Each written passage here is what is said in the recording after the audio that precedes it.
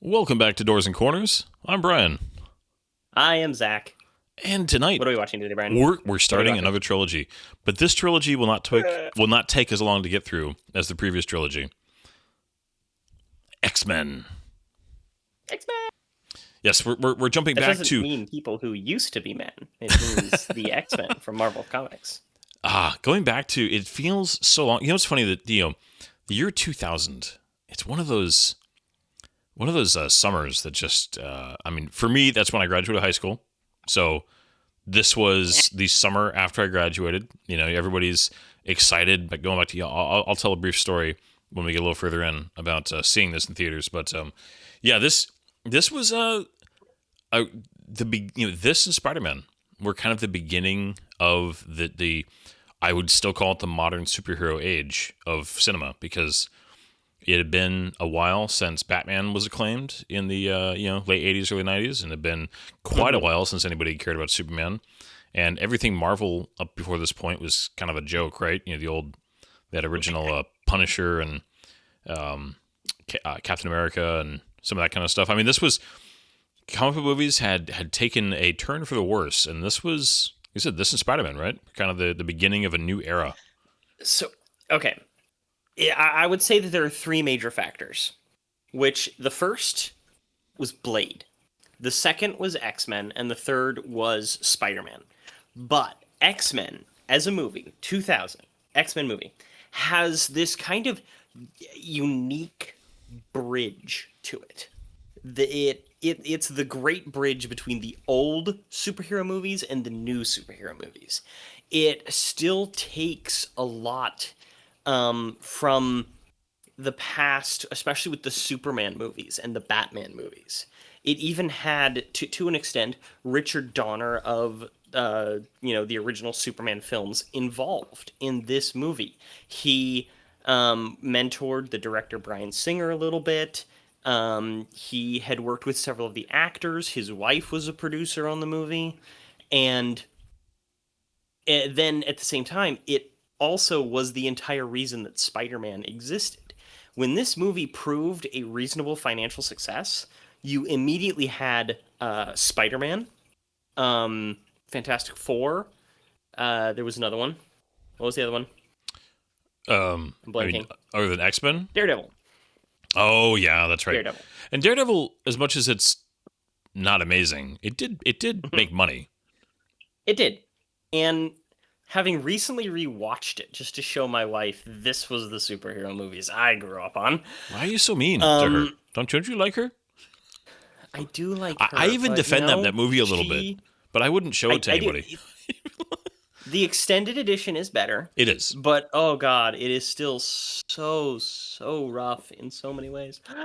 But that is, well, all of this came about because she was talking about how she grew up with the show Gotham, and she really liked Gotham, and she loved the character of the Penguin. And so I just asked the question, "Did you ever see Batman Returns?" And her answer was no. Oh So goodness. I needed to show her some Slightly different things. take on Penguin. It is slightly different take on Penguin. But anyway, I believe that this X-Men movie is possibly it's in the pantheon, I think, of like the most important X-Men, the most important superhero movies. Oh yeah. I would say at least top five, possibly top three, Well, which doesn't necessarily mean that it's a great movie, no, but we were talking about that, and I think we're both on a similar page when it comes to this movie in a vacuum versus its influence on the comic book cinema landscape. ah, yeah, it's this is a good movie. This is not a great movie.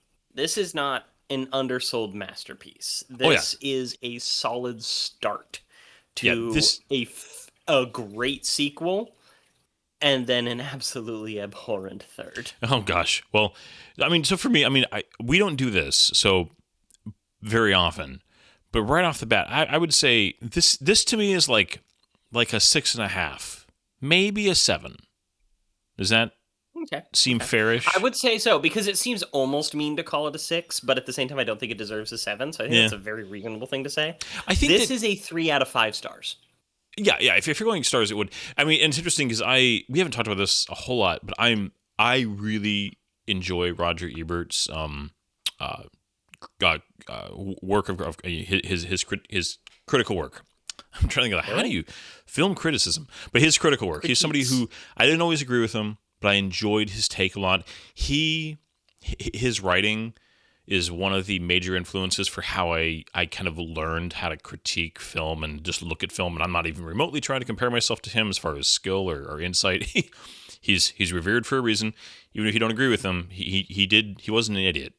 But his review of this movie was really interesting because he gave it a thumbs down back when that's just thumbs up or thumbs down. He gave it a thumbs down, but if you read the text of his review, it's mostly positive about potential and about, and he even called out, like, if there was a sequel that could tell a better story, he would be interested for sure. And I'm like, it really kind of nailed my feelings on this movie also. What's that? I said, well, buckle up, buddy, because that's what happened. I know. And that's, so this is a movie that, like, foundationally was pretty darn solid, but just that's its best parts, is its foundational parts. Mm-hmm. So one of the things that we need to address, very similar to when we did Superman Returns, is the director, Bryan Singer. So for anybody who may not have listened to our Superman Returns episode, we had to discuss the director, Bryan Singer. Bryan Singer, by many filed reports, is not a very good man. It's one of those things where he has blamed it on what he calls the Weinstein effect of the Weinstein brothers' sexual misconduct, and people used it in order to go after him. But his is a very long-standing reputation. Yeah. Many reports filed across several years, all the way back to like 1997. And some of it actually this movie in particular has a bit of a pall put over the production, as there were several cast and crew members who in recent years have come out about their experiences on the set of this movie that were very much not good. They were going to have larger roles for the characters of Pyro and Iceman in this movie, that the actor for Pyro did not return to the sequel because of his experiences with Bryan Singer. Yeah. So there's lots of stuff. We don't like this man. No. He's a very bad man. We don't condone anything. Oh, no. And it's like, it's sad because he, at one point, and I'm sure it was similar for you, at one point, he was a director that when he was attached to something, I got excited about it. And to find out... What, did you get excited for Jack the Giant Killer? No, I mean, so the big thing for me, and I don't by any means wish that we hadn't found out so we could get more films from him. I'm glad, because he's one of those that even if the best case scenario for exaggerations and or people piling on is still bad. Like there's no question. So it's funny for me. The two examples of just like being just kind of just tragically, and we talked about this in Superman Returns also, because I both loved Bryan Singer's work and I loved Kevin Spacey's work, and both of them are just bad human beings that I had to be like, oh goodness, I'm like, this is going to be hanging over their stuff now forever. And I still enjoy so much of the work of both of those people, but you just have to separate it from the people, and that it's unfortunate. And Bryan Singer, no, I was going to say though, he was going to actively develop a new 20,000 Leagues Under the Sea film before everything went, and I was genuinely excited about his vision for 20,000 Leagues Under the Sea, because the old Disney live action with James Marsters, I think is Marsters. Oh, it's funny. There's James Marston in this. Well, James Marsters, and then James Marsden is Cyclops in here. James Marsters is the actor who played Spike in Buffy the Vampire Slayer. Okay, no. Why am I okay, I got to check this. So he's a classic actor, but also too, Kirk Douglas was in that film. Did you ever see that? Did you ever see the old Disney live action 20,000 Leagues? Sound cut out. James Mason. I feel so bad because I love classic movies. James Mason. Why is my sound not working? He played Captain Nemo. Just a phenomenal character actor from back in the day. I mean, he worked he was back working with Hitchcock back in the day. He's the main antagonist to Cary Grant, North by Northwest. I mean, he's just one of those classic golden age Hollywood actors that was just phenomenal, and they got him to play Captain Nemo.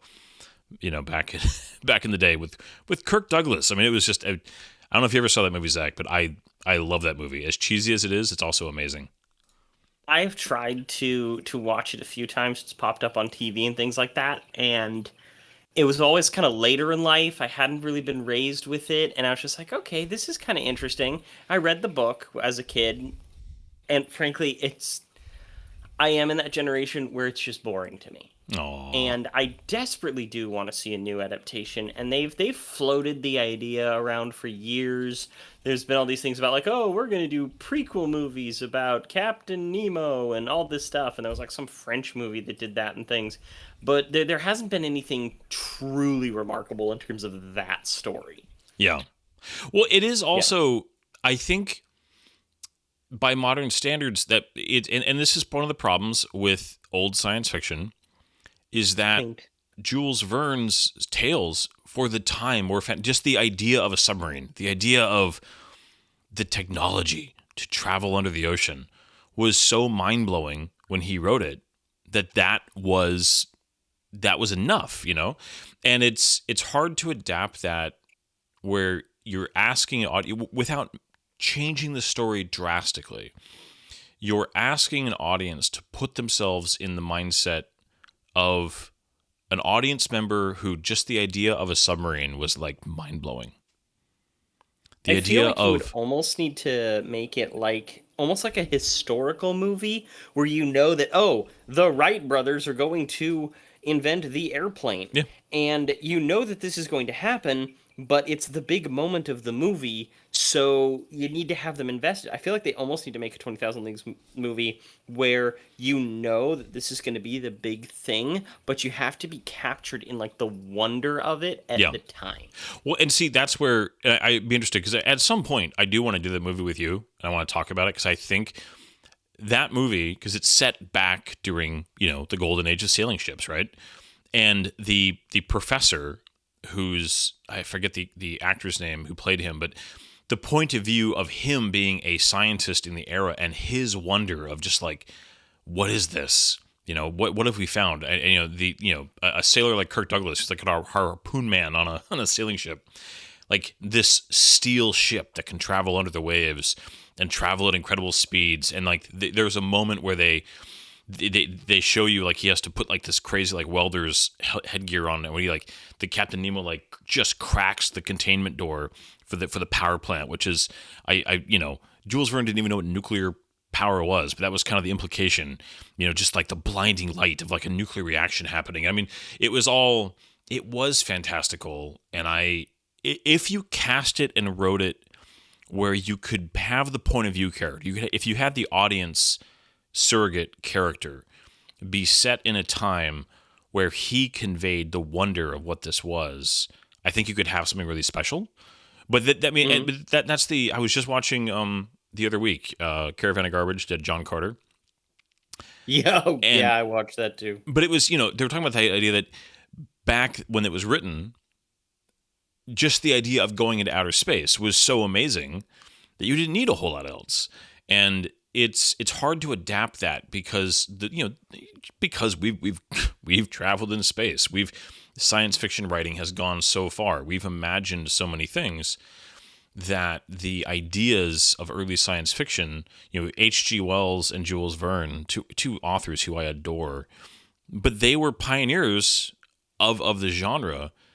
But again, things build and things go. And so if an audience member can't put themselves in the place of the characters and their perspective of the time, it doesn't work as well. And that's not the fault of the authors. They wrote in the time they lived, right? So Yeah, I mean, I was thinking about the very same thing recently. And I think that going back to X-Men, this movie also has some of that thing where it is dated in its approach to things. Like yeah, this was the first true superhero team up movie, outside of what Batman Forever, But then currently, I'm rewatching a favorite show of mine, or I say favorite. I've only seen it like twice, but it has a really special place in my heart for just how kind of inspirational it was for me in terms of some story stuff. The TV show Person of Interest, Oh, which yeah. aired from 2010 to 2015, and it's a really good show that starts as a procedural but evolves into actually a genuinely good science fiction. Yeah. But the thing is, today, 2025, time of recording, you're seeing like it's a little dated Yeah. because we've entered into this quote unquote AI age. And people have just kind of accepted, oh, we're being spied on by everything all the time. Of course we are. Yeah, And it's- this show's just like, you are being watched all the time by An a audience is machine like, well, no with the shit. government. And you're like, yeah, duh. Of course we are. It would There's be still some weird cool if we stuff weren't. to it, by the way. Right? No, I adore that show also. That is, but that's a show that it holds up when you have good acting and good stories. It can still, and that's where I do think, and I'm sorry if anybody's, gets pricked by this, but I do feel like there is a real problem with a lot of people who I know. I'm thinking of one person in particular in my life. I'm not going to say who it is because he might listen to this one day. But he all the time critiques stuff from like, and he's older than I am, but it's like from a TikTok brain point of view where it's like, it was just boring. It wasn't moving fast enough, or it's just old. Like that. I'm sorry. If you just give me it's old, therefore, why would I be interested in it? I kind of hate that. I really do. And I'm this is the part where I'm like worried about offending people, but I don't deal with it. You're stupid. You are actually showing that you are less intelligent if that is a criticism you have. There's also a really funny joke you can make from it where just say, is that how you approach your relationships? And then you give them a really like, what kind of a person are you look? And it shuts them up every time. I like that. Because if you've been married for a while, especially if you're a fairly conservative person, it's like, but your criticism of entertainment is it's so old, especially when you're talking about something that came out in this century. It's like, no, I enjoy 1920s westerns, so shut up about something made in 2000. It's like, come on, man. I think there is a lot of value in understanding why something is good in when it was made, and there's value in looking at themes and perspectives of the time. And we have this like amazing archive now, more than we've ever had before, with entertainment of call it the last 100 years, because we've been making movies, kind of in the modern sense now for, about 100 years, right? And you have a really interesting archive of the points of view of entertainment.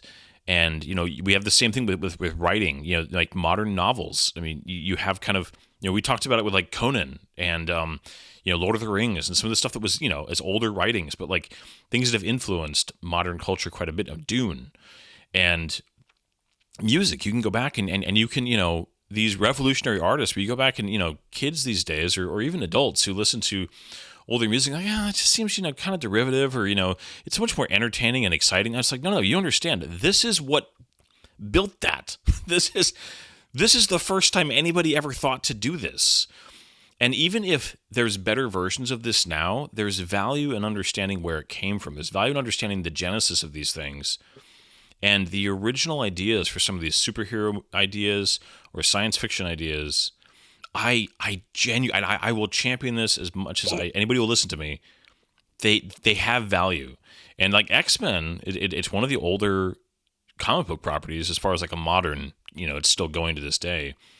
And it's like core ideas of, just the social parallels. I'll just broadly paint in that term. Were interesting back then. They're still interesting now.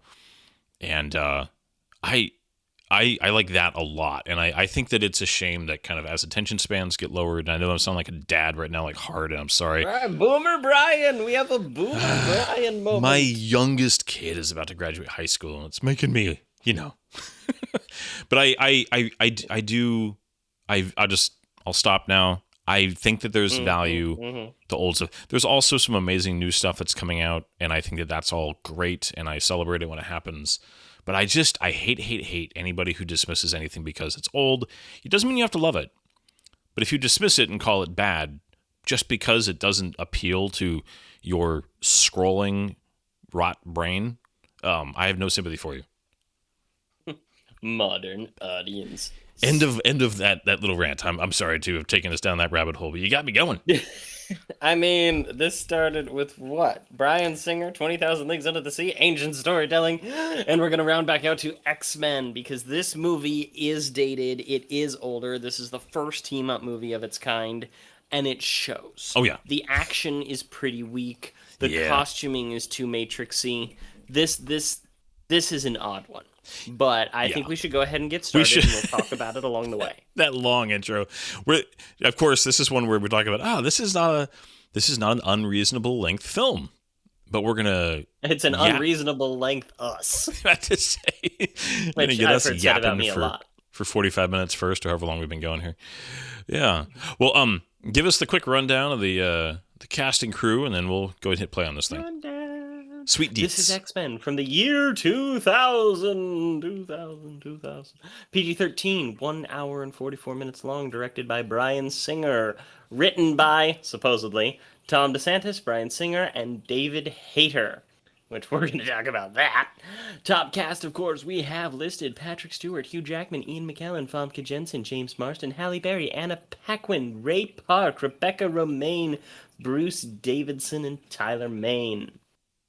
Woo! Okay, so. Yeah. Those are the sweet deets. Are you ready to begin? Are you? All right. I don't believe is there an extended cut of this or some kind of director's cut of this? No, there is not a director's cut of this movie. I've never seen one if there is, but I thought there was just this one, the theatrical cut is the cut. Oh, by the way, anybody who's listening, and around this time, we're talking about cuts, I'm super excited because it officially got confirmed that Star Wars, the 50th anniversary, is going to be the original theatrical version. So, I'll take my mom to that. Oh, I'm just going to say, I'm just super excited. This is not the time and place to talk about that in detail, but I just had to say it out loud. All right. Okay, Boomer. Sometimes I really am, man. I really am. All right, we're going to hit that play button in 3, 2, 1, go. So, would you imagine Fox. this movie? Yes. Oh, and this is actually the first 20th Century Fox logo for the X-Men movie. And of course, they highlight the X in it, which was just a cool little thing to watch, and the music was a little funny. But could you imagine this movie in its first iteration, directed by its first theoretical iteration, in which it was going to be directed by Catherine Bigelow? And she wanted Bob Hoskins as Wolverine and Angela Bassett as Storm. See, Angela Bassett, I could totally see as Storm, especially back then. But Bob Hoskins, and the guy's a gem of an actor, but no.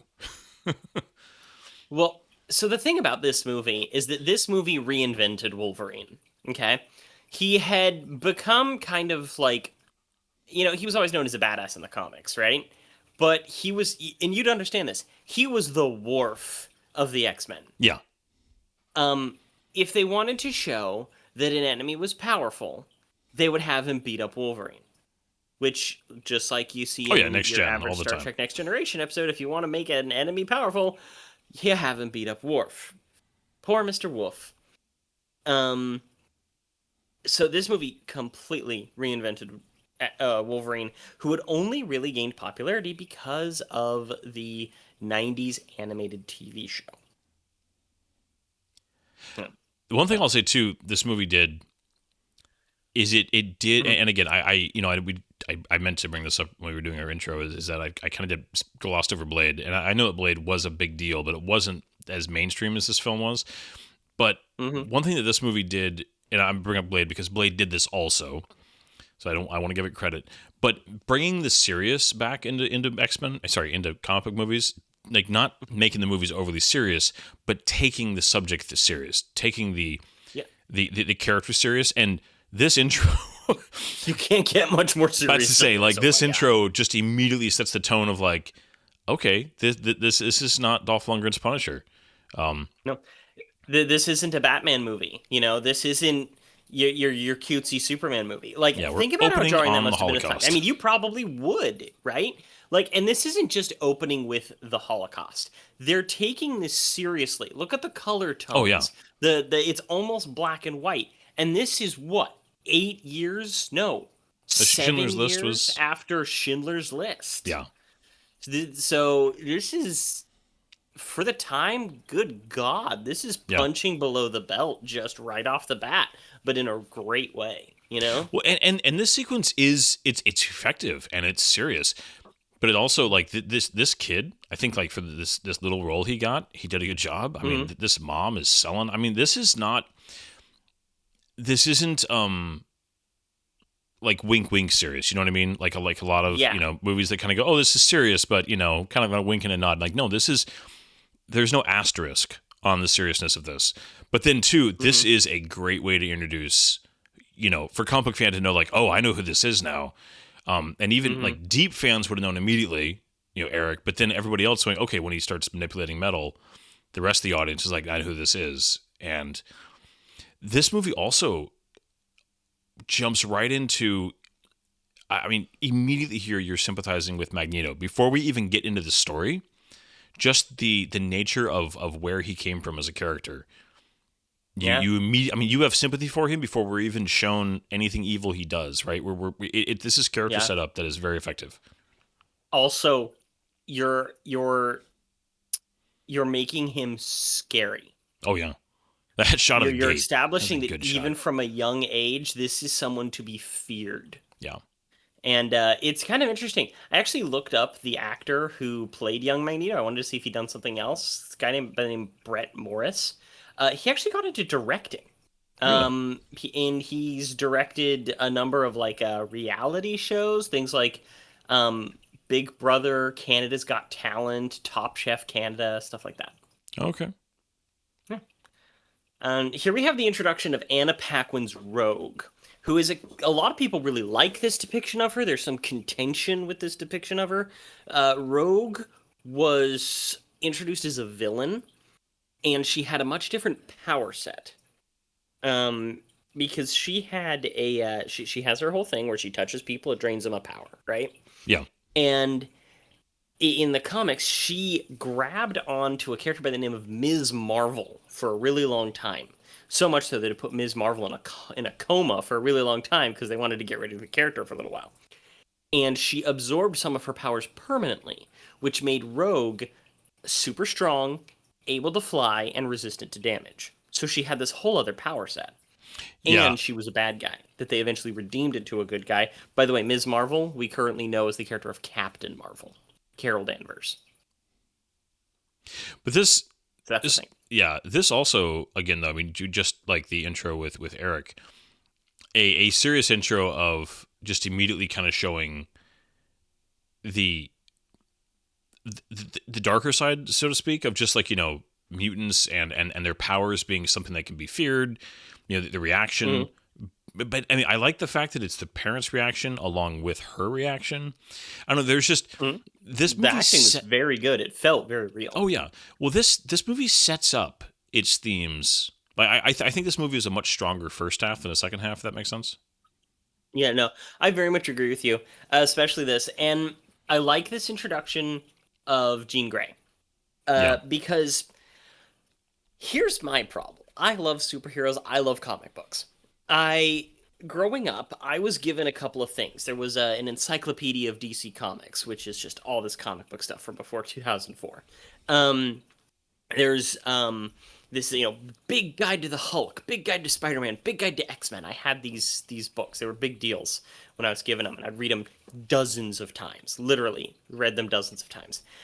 And as I read the X-Men one more and more, and I read more X-Men comics, and I did some other stuff, I actually began to kind of dislike them. I am not an X-Men fan. They are probably my least favorite of the major superhero Really. franchises. I really like some of the movies, but the comic books especially, I don't like them. And I'm one not of the sure. reasons why is their obsession with this character, Jean Grey. I'm Her not sure we've and ever talked Scott about this, Summers, so I'm kind of on board they're with the audience here. Go ahead. Yeah, they're obsessed for literally decades with Jean Grey and Scott Summers and their family. Mr. Sinister wants their bloodline over and over and over again. Oh, Jean Grey's dead. Oh, she's back to life. Oh, Jean Grey's dead. Oh, she's back to life. Over and over and over again. She's the Goku of the Marvel universe. She's super powerful. She's unlimited powerful, and she's constantly dying and coming back, and people are obsessed with her. And I find it annoying and really poorly written. Anyway, that's my experience with X-Men comics. Oh, that's totally fun. I am. Well, I think I've said this during Superman and a few other conversations. I am not somebody who's read many comic books ever. I've probably read more Batman comics than any other superhero as far as like physically reading comic books. And X-Men, I've only read a little bit here and there. Man, this introduction is great. Just this shot here with the shadow on his face, and man, Sir Patrick Stewart. Oh, I mean, this is talk about perfect casting though of these two characters. I mean, I can't think of better actors to nail these characters. Dude, you have no idea. I mean, Patrick Stewart had worked with Richard Donner just before this. Ian McKellen had worked with Bryan Singer just before this. And Patrick Stewart was the first choice for the role. They brought it to him. He's not a big sci-fi fan at all. He doesn't read comic books, none of that stuff. And they brought it to him. Just got off Next Gen's run. They brought it to him with a pitch. And they brought him some of the comics, and they handed him the comics. This is according to an interview that he gave several years ago, where he said he looked at the comics and he said, "Who turned me into a comic book without my permission?" Something along those lines. And he genuinely thought that the character was based after him because of how it had been drawn. And in the 90s, you can actually see some of the designs of Professor X looking quite a bit like one Captain Jean-Luc Picard. Yeah. I almost said Jean-Luc Pickard. Well, and that's also too. I think people forget how popular Next Gen was in the 90s. Like it was, it wasn't just a niche like only the nerds liked it. It was legitimately a big part of pop culture. But some things need to be talked about really fast. Yeah. Okay? I was about to we say just had the introduction here of Rogue with this trucker and the truck driver. Okay, the truck driver was the voice of Hank McCoy, Beast, in the 97 X-Men cartoon. Yeah. So so he's a cameo, and they have several cameos throughout this movie. I do like this, the intro of Wolverine here. I was going to say, just to quickly, for anybody who's watching this, you said you don't like the X-Men comics. I haven't seen them. My knowledge of X-Men was looking at occasionally covers of X-Men comic books at Borders Bookstore in the 90s. And I did watch a ton of the 97, era cartoon. And with Rogue, I mean, almost immediately I was just like, well, okay, I was expecting her in this movie. I kept being like, well, they're going to give her flight and strength powers, right? Because like I didn't know Rogue outside of the that show. And so it took me a while to get used to this version of Rogue, and the idea that they never went down that road with her. They kept her this version of Rogue where she never goes through that storyline, which was just a big part of that shot. The fists. That's a good shot. That's the one. Man, okay, at the time, this is talk about the standards. Sorry, this is going to get a little weird for a second, but the standards of male shirtless action heroes. Hugh Jackman was in crazy good shape for this movie. He's a young, fit man. I think he's late 20s here, maybe early 30s at this point. Yeah. And when we watch like Thor, right, and Cap, which is not as far after this as you would think. We're talking 10 years. And then you look at Hugh Jackman in like the Wolverine later. It is insane where that went as far as what was expected. I've just got to say that because Hugh Jackman... Hugh Jackman is in fantastic shape in this thing. But compared to the other movies... 99% of men on the planet would kill themselves to get the physique he has in this movie. But by modern superhero male standards, he barely looks like he tried, which is so weird to me. he's the one who helped set some of these standards, especially when it comes to the next one. And then I think another one of the really big ones was the Wolverine from Yeah. 2011. Well, he looked just so Because shredded in that. damn. I mean, yeah. Also, I'd like to note this bartender here makes another appearance um, at the bar in Deadpool and Wolverine, Really. serving the other version of Wolverine with the yellow costume who's down on his luck. That's awesome, actually.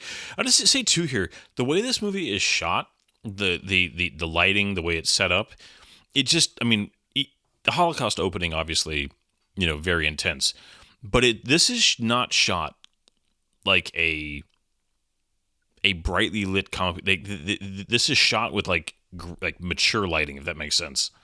No, Especially, I think that's one of the things that sets it across from many others is oh its lighting. Oh yeah, the first claws coming out. They had a big prosthetic hand that had the claws extend. They had him standing behind it, looking right at the camera to get that one. yeah, Um, this is one of the best introductions for oh the yeah. character. Well, this shot here, and then the wide shot of him when he gets both his claws out here, man, it is amazing. It's perfect. Yeah, They considered so many different actors for Wolverine. Do you know who they are off the top of your head? I know about Russell Crowe and Douglas Scott. Those are the two Yeah, that I'm there very was familiar another one. He was a frontman for a band.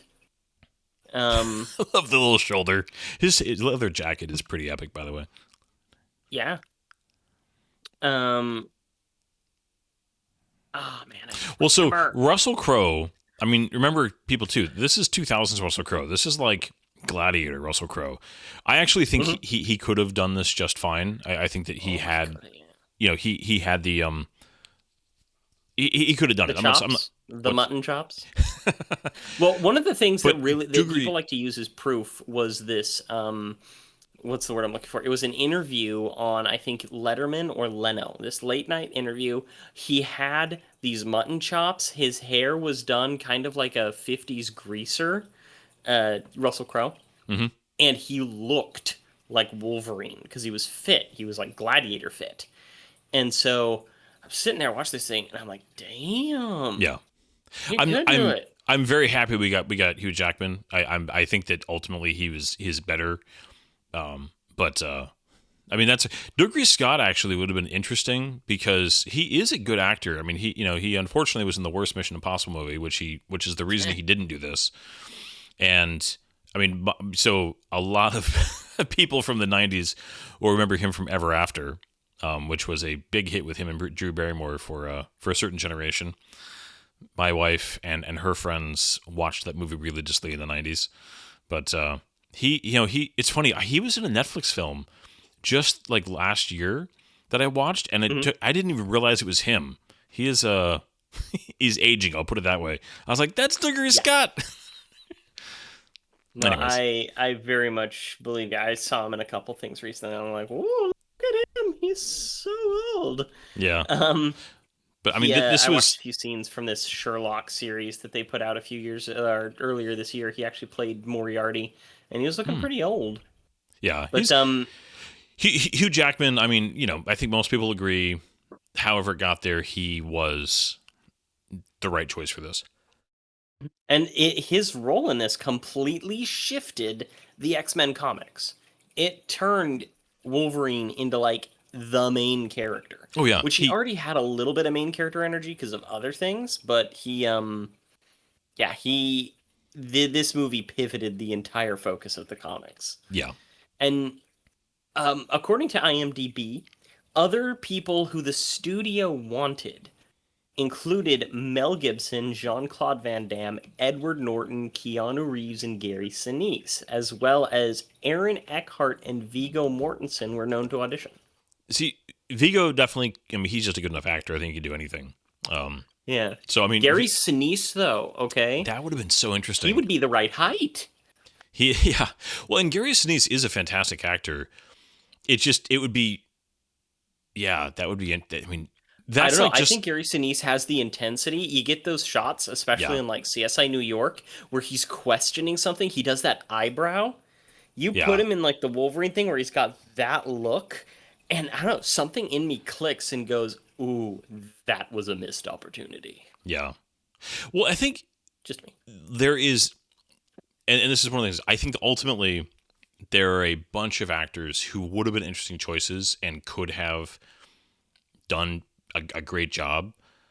But Hugh Jackman, anybody who says they're disappointed Hugh Jackman ended up doing it, I'm like, wait, what? Why? I have never heard anybody say that, but I'm just thinking hypothetically. This conversation, though, I like it because, one, I actually like their relationship throughout these movies. I like the kind of protective nature of Wolverine Yeah. towards Rogue. I like that they give this movie a chance to breathe, where they let them, before we get a little action beat here. And I just that line that they had of her going, just, I don't know what happens, but people just get hurt around me, and that he just accepts it. Yeah, he's And like, fair enough. yeah, fair enough. It's those little things do a good job of, because we were talking about with the opening of this film when we were kind of just ranting there at the beginning. This movie's interesting origin tale, and I love origin tales, but it's not trying to be an origin movie. It's trying to kind of jump in a little bit in the middle. Like at the middle.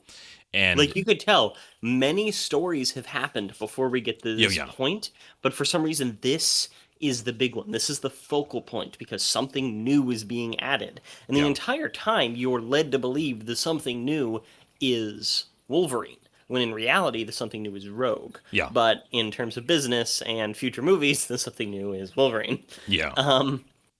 But yeah, here we have the first look at the healing effect, which they do really well. It's a tech that is held up really good. Certain effects in this film look really good still. Other effects when we get later, some of Mystique's stuff, I think is Cyclops and stuff. Yeah. I do love this, the immediate, just like, because they don't use his senses a whole lot, but right here we actually get a tiny, bit of like, he's more than just claws. He's also got, his sense of smell and stuff. Although, man, Sabretooth just kind of works him over. So Sabretooth and Wolverine have this long history in the comics that they try to incorporate into the movies, and X-Men Origins Wolverine, which is just an absolute shit show of a movie.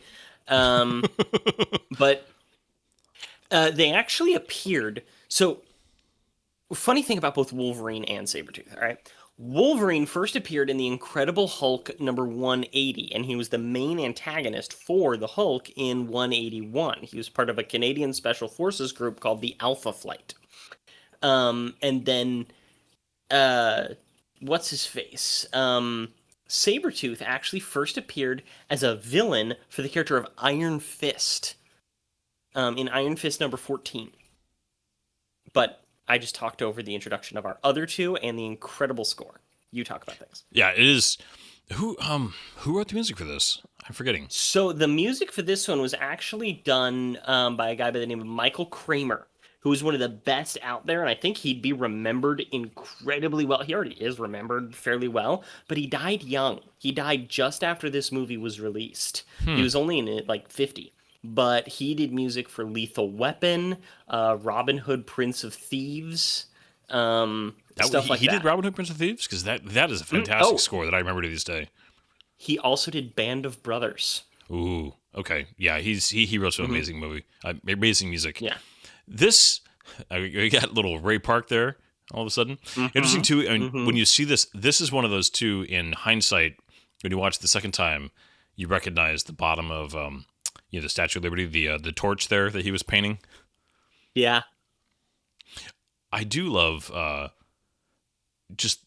love how a lot of films with superheroes, for whatever reason, they don't have the superheroes casually use their powers very much. Sometimes it's budget reasons, sometimes it's whatever. I like in this film that most of them just use their powers all the time. Like Magneto just casually just moving his chair around, just all these things. It's just, and don't forget his little desk toy. Oh yeah. It gives the universe a little more of like these people are very comfortable in their powers. This is not like they're not discovering them for the first time for the sake of the audience to like show them off every time. the fact that like his entire his lair, for lack of better terms, there's so much metal around it, which makes sense. He'd want it built where he can manipulate it, really, really well and easily. Even here, Jean Grey. I mean, I know they're showing the audience, but she's just like, no, I'm in private. I can, just move Also, stuff around. one of the things that I wanted to mention, Michael Kramer also wrote the original theme for the X-Men animated show that is so iconic that it's actually in the score. The main theme for the score is an adaptation of the main theme from the animated show. Bet you didn't pick up on that, did ya? I didn't. Hugh Jackman, Yeah. He does have that. Whenever they get close in on his face, he does have the intensity in his eyes really well. And like, look at this guy. I would love to be that fit, but at the same time, by the modern superhero body, that's. But like, it's a shame to boyish. But like tiny soapbox here. What's a shame though is that the way he looks here, this you could go do if you just decided to commit yourself to it. You could do this. You could get this body. The other body, you can't do that by just hard work. That's not how. You have to dehydrate yourself and almost kill yourself. This is actually like an attainable. I'm using air quotes on a podcast again. Realistic, attainable fitness level, and I kind of hate that it's now looked at as like, it's barely trying. Yeah. So there was something I was going to talk about. The writing of this movie. Right? The writing of this movie is up for debate. Or not necessarily up for debate, but nobody knows who wrote the film is up for debate. Yeah, go for it. We were talking about this before we started recording. You have Bryan Singer and this other guy. He's like main as this. They did the story. Yeah. Well, the other guy, I forget his name. He was like Bryan Singer's like main creative partner for like quite a long time. Like the two of them worked together, for years and DeSanto. years. Yeah. And it's DeSanto's only writing credit, but only story. It says that the script was written by a gentleman by the name of David Hayter. Okay, and David Hayter hasn't written very much, but those who would know, he's a voice actor. This movie, even though other people were brought in who looked at the script, including Christopher McQuarrie, the director of the modern Mission Impossible movies, and Joss Whedon of Serenity and Avengers, David Hayter is Solid Snake, the voice of Solid Snake from all of the Metal Gear Solid games, going all the way back to Metal Gear Solid 1. Except for 5, which they had Kiefer come in. Yeah, well, it's not supposed to be Solid Snake. It's a bodyguard that has been, spoilers, it's a bodyguard that's been plastic surgeried to look like Snake and then mentally refurbished to make him think that he's Snake. I never beat 5 and you just ruined that for me. It's Kojima. Just think of the most obtuse, stupid-ass thing you can do, and that's the answer. I do. Not to diminish the man's talent, but his writing is absurd. Yeah. Even here though, just the bit of introduction, that him going through Professor X talking in his head as the students run out, you get to see who's Kitty? Jubilee. Kitty Pryde. Kitty Pryde ran through the door. Shadowheart? No. Kitty Pryde. Baldur's Gate. And they actually get a Shadowcat. You got Iceman there, even though he has a tiny role in this movie. Like he was just there sitting at the desk. Which is that Sean Astmore or the other? They're twins, right? Yeah, Sean Ashmore. Because a lot of people think that, oh my gosh, this guy, Sean Ashmore, he's been in so many different things. Oh. He hasn't. He has a twin who also... Which one was in Smallville? I'm going to need to Google that. I forget. I'm sorry. If you asked me to tell you which one was in, who was in which one, I couldn't tell you. I get it mixed up all the time, which I feel bad because they're two separate people, obviously. Okay. He was in Smallville. He was not Jimmy Olsen. No, he was earlier in Smallville. He played like a villain of the week, right?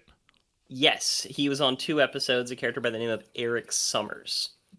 Didn't he get Superman's or Clark's powers for like an episode, or is that I think it's somebody else? Where Aaron Ashmore, his twin brother, played Jimmy Olsen. Aaron. Okay, I'm like I couldn't even remember. I feel bad. Now, What do Oh you gosh. think of the whole thing of him immediately being like, "This is Cyclops and this is Storm"? Because even when I was young, I thought that that was a little weird. Well, again, as an origin story, this is only an origin story for Rogue, really. I Wolverine. mean, she's the main one that actually is kind of her journey to, because Wolverine has been, he's been Logan for a while. He may not have his memory, but he's been actively, and here we get the little montage of kind of the Cyclops and Jean Grey kind of getting started. Storm doesn't really ever get an origin story in any of these movies. She just No, kind of gets talked about. But it's really, when it comes to an origin, Rogue is. You can tell they wanted her to be the main character, and obviously that she's the main. What do you call it? Here's the pyro that never came back. driving force. She's the MacGuffin. Yeah, But yeah, here we have the character that I mentioned earlier of Pyro, and this young man had some harassment complaints against Bryan Singer that were hushed up, and he did not return for the sequel, despite being under contract to. you know, yeah, Also, if you look here, just to the left of Rogue's yeah, character, Jubilee. is a girl who's obviously supposed to be Jubilee. Yep. This storyline, okay, of Rogue coming to the mansion and all the stuff. This is the series premiere of the 93 X-Men cartoon, but they replaced Jubilee with Rogue. With Rogue, yeah. And one of the scripts actually had, instead of it being Rogue, it was Jubilee. It wasn't supposed to be her using her powers to copy Magneto. It was going to be Jubilee being the power source for the machine. Yeah, and I So, mean, you could kind of take the whole power, mutant as a power source, and you could slot in half a dozen mutants.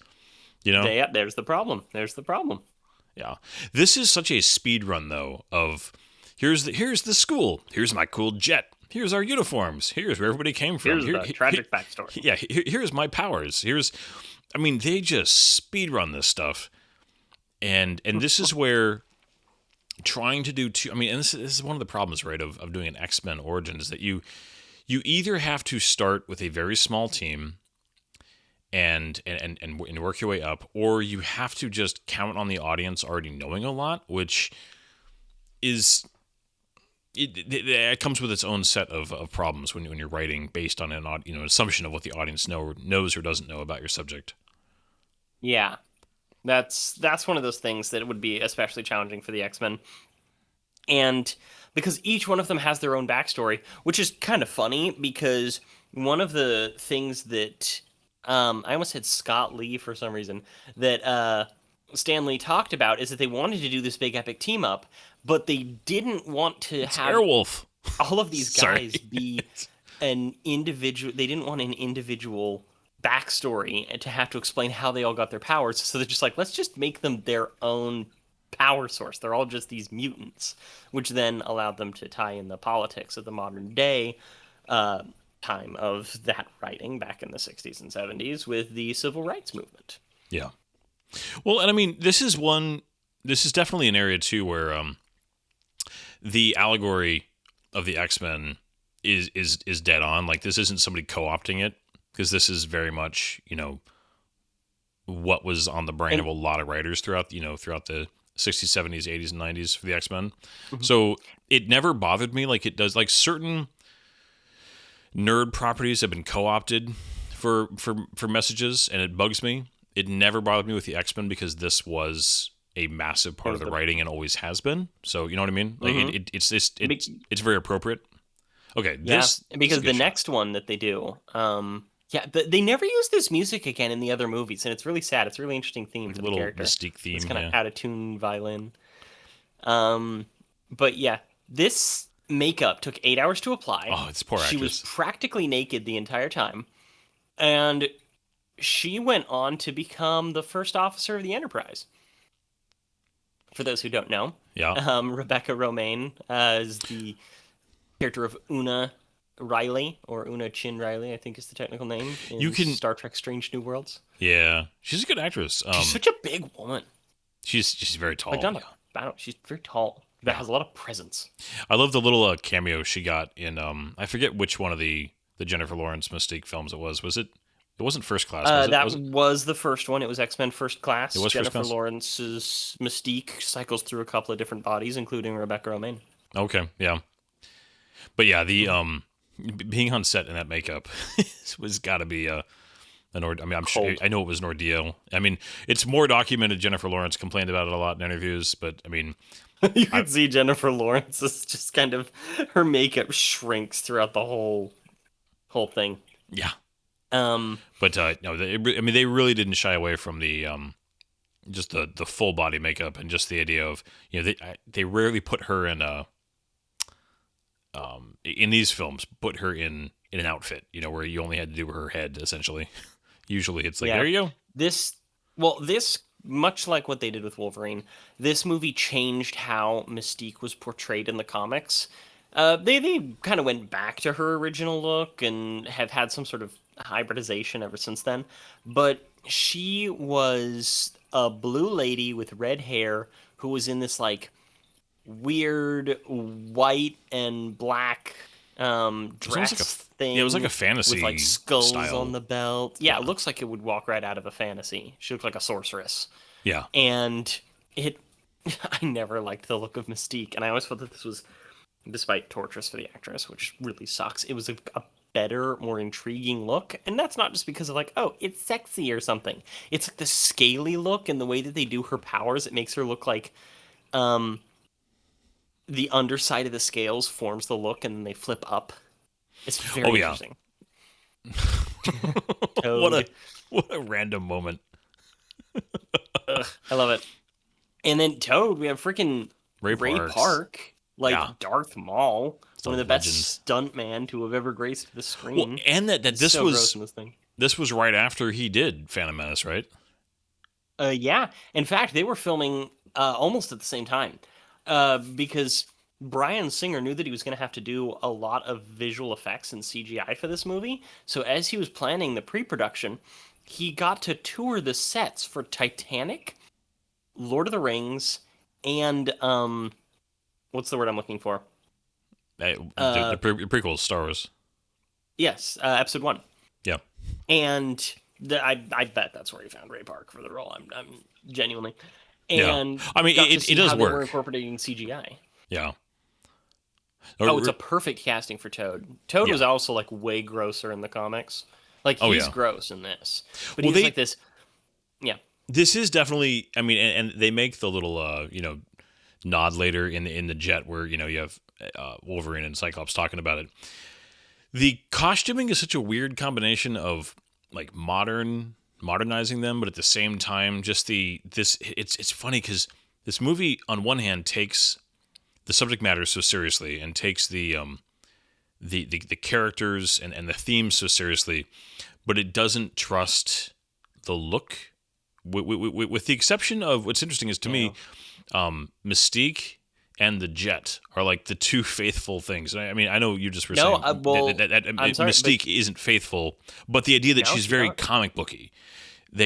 Everybody Yeah. else is dressed in normal things and looks more normal, except that she's kind of the big exception. So that's why I said that they trusted her to look very sci-fi and comic booky, and the Jet looked very similar to the animated series Jet, but the rest of it is all very leather and regular, just modern sets and houses and cars and whatnot. So it's the jet itself was easy to make look that way because it's a Blackbird. they based the jet on Lockheed Martin's SR-71 design from the 1960s. Yeah. And which is just this cool classic stealth plane look, right? And so that's just carried over from the comics into the cartoon, and then into this. And they even make the X-plane a decommissioned SR-71 in X-Men First Class. Yeah, but what I mean is that they trusted that they still have this crazy jet underneath the basketball court, right? That it's one of the few things that they kind of let it just be the comic book version, and then at the same time they didn't trust the audience to go with the bright colored costumes, which You know? No, that was Batman's fault. That was a casualty. Okay, it was a combination of two things. One, it was a casualty of Batman and Robin, and then Blade and the Matrix happened, Yep. and Everything's got so to be they're just like black. everything has to be black leather, and so this feels very much like this weird hybridization between a comic book movie and Matrix style. And I mean, They even again, do some like Matrixy type combat with yeah. Mystique later. Well, Mystique, and then also, Mm. I mean, heck, even some of Wolverine stuff, up on the Statue of Liberty. Huh? That, Yeah, slow mo bullet time. yeah, where he has the whole like with his claw around, one of the spikes on Lady Yeah. Liberty's hat, The trailer headpiece. shot. Yeah. Anyways, it's funny to think about too. The Matrix was such a big deal at this point. Like I mean, Mhm. for anybody who wasn't the right age back then, like I can't overstate how impactful that film was. And then what was funny is Mhm. that then X-Men 2 and The Matrix Reloaded like went head to head at the box office. I think a year or two after this, and Yeah. it was a big deal. 2003. So yeah, Big those time. those influences of everybody, because it wasn't just executives saying, "Oh, this was popular, copy this." No, The Matrix was beloved by most of your creatives also. So they were like, "That was freaking cool. I want to do my version of that." So it wasn't Yeah. just like a cynical corporate thing or like studio notes. It was just everybody thought it was so cool they wanted to do their version of it for a minute. And Oh my then, god, did you ever see The One? oh my gosh, Jet Li. and Jason It's Statham. Young and unknown Jason Statham. Yeah, before he was the man. Dude, I bet that if he had been a little bit more well known, Jason Statham would have been considered for Wolverine. I mean, he could have done the physical stuff, but he's he's fine at action, but he's not the best actor. No, he's actually strangely good at comedy. Yeah. Oh, no, he's somebody who I respect very much, especially because he just kind of stays in his lane. This is a good moment though. Sorry, I don't think we should skip right back Great to this. moment. This Horrifying is moment, again but a great. serious moment where one, you're like you're obviously foreshadowing the end of the film right here. Mm. But it's also just this like his reaction here, the acting is good here. Yeah. Super serial, guys. Super serial. No, I remember seeing this when I was younger, and I really wanted to see this movie in theaters. My mom said no. How old were you in Um, 2000? 9. 9. Okay. Actually, I was 8 for most of it, and then I was 9. So I was 8 years old when this came out. I did get to see the sequel in theaters, mind you, and that was a really cool thing for me. But this moment shocked me. When I was watching this, I was like, "Oh my god, they just killed him! They just killed her!" And because I didn't fully understand her powers at this time, it was before the I got that X-Men book that I mentioned. Yeah. I didn't really know who Rogue was. I'd seen bits of the cartoon, but not much. And so as a kid, yeah, this was scarring. Not in a bad way. I do love his first question is she all right? You know what I mean? Yeah. It does say that. I mean, and one thing I'll say that the writing in this movie does a pretty good job at, but I think more of it belongs to Hugh Jackman, honestly, than the writing. But that he is a rough character that does care. He walks that line pretty well. But yeah, He I has know an this, Old West vibe to him. oh yeah. Well, that's why when we get he's better older because he has that kind of a classic actor's quality. But Yeah. what was I going to say? I totally forgot. But what do you think about how much time they give the senator here? I mean, throughout this film. Well, Senator Kelly is a major antagonist in the comics. He's always a problem. He's the ultimate enemy of civilization. He's a bureaucrat. And What an effect! he's a bureaucrat with a bone to pick. So I get why they would give him this, because he is the major secondary antagonist, but he's also such an important picture, okay? He's key to the audience understanding the plot. He's key to the audience understanding the what's the word I'm looking for? The struggle of the mutant. And the persecution against the mutants. And his death is also so important to the plot. So everything revolves around Senator Kelly at the end of the day. He's so important, so they need to give him time. He's the single through line through from the first scene all the way up until the moment where they're like, he died, your machine doesn't work. And so I wish they had. It's important. I wish they had done more with him. Then I just the fact that that they kill him pretty quickly. I think he doesn't get developed as a person. No, you don't really understand why he hates the mutants. You just have kind of that one monologue on the plane or helicopter. Yeah. Airwolf. He could use a little bit more. Yeah, he's fleshing out, but I don't mind it. Yeah, I just mean I think it's another example of this movie. Like, nope, you're gonna stay for a minute. This movie has so many. Again, in the isolation of this movie, so many shallow characters, and he's definitely one of them. Where if they had given him even just a little bit of backstory or motivation as to why he's so passionately, just hates mutants, that it would have helped. It would have helped give this movie a little more depth. It was also a big deal because this had a bare butt in it. And Man, it was actually those edited out. The guy's sunglasses are so 90s. It's great. Right? And then it was here, Stan Lee in the background, have, yeah. Cameo by Stan Lee right there. He's just standing off to the side in the blue shirt. Everybody's staring at him. He's a hot dog vendor. And they're reminding you, hey guys, there's a plot here. Look at the plot here. There's a summit. It's important. Look at it. Yep. And then this is a good moment. This was a part that I remember being like, ooh, that was well done. Because you have you don't know that this is Mystique. No, and so you really believe that for a second she's being told off, she's in trouble. You're like, what a dick this guy is.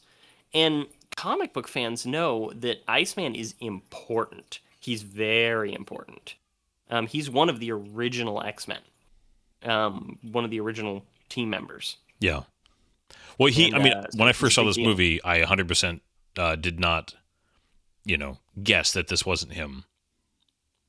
I think too because the way that he's like the argument he's using about the students being freaked out and that kind of stuff. It's it's a point of view that you could see.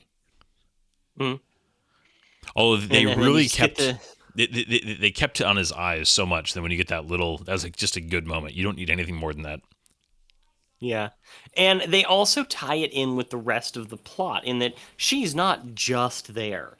You're just like, why are they doing this? Why are they screwing around with this?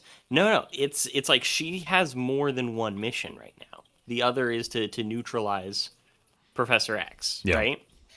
And it shows a kind of forethought. Like, he's going to use Cerebro. And it gives them a chance to introduce Cerebro. Yeah. Okay. It gets them a chance to leave, and then she sabotages Cerebro because they know that she's going to use it again. He's going to use it again to find her. And it will then incapacitate without killing Charles. The one thing I will say this movie, it does occasionally genuinely get funny, which I appreciate. And even something as simple as, well, this certainly is a big round room. I mean, it's a simple line, but it makes me chuckle. And we glossed over some of that stuff earlier. It's like, what do they call you? Wheels? Stuff like that. Okay, you were talking at the beginning of this about Jean Grey being, character you don't like. I always had a problem, even back in the animated series, and then in these films also, just this constant Professor X is one of the most powerful mutants ever. That the guy is just this like he's such a powerful telepath. He can, if he really wanted to, what he could do. And he gets taken out all the freaking time. Mhm. And just like one of those where if you take him as described by the people around him, he could solve like every problem imaginable. Yet Mhm. he always gets neutralized. And I actually kind of, this is one place to take it, I guess.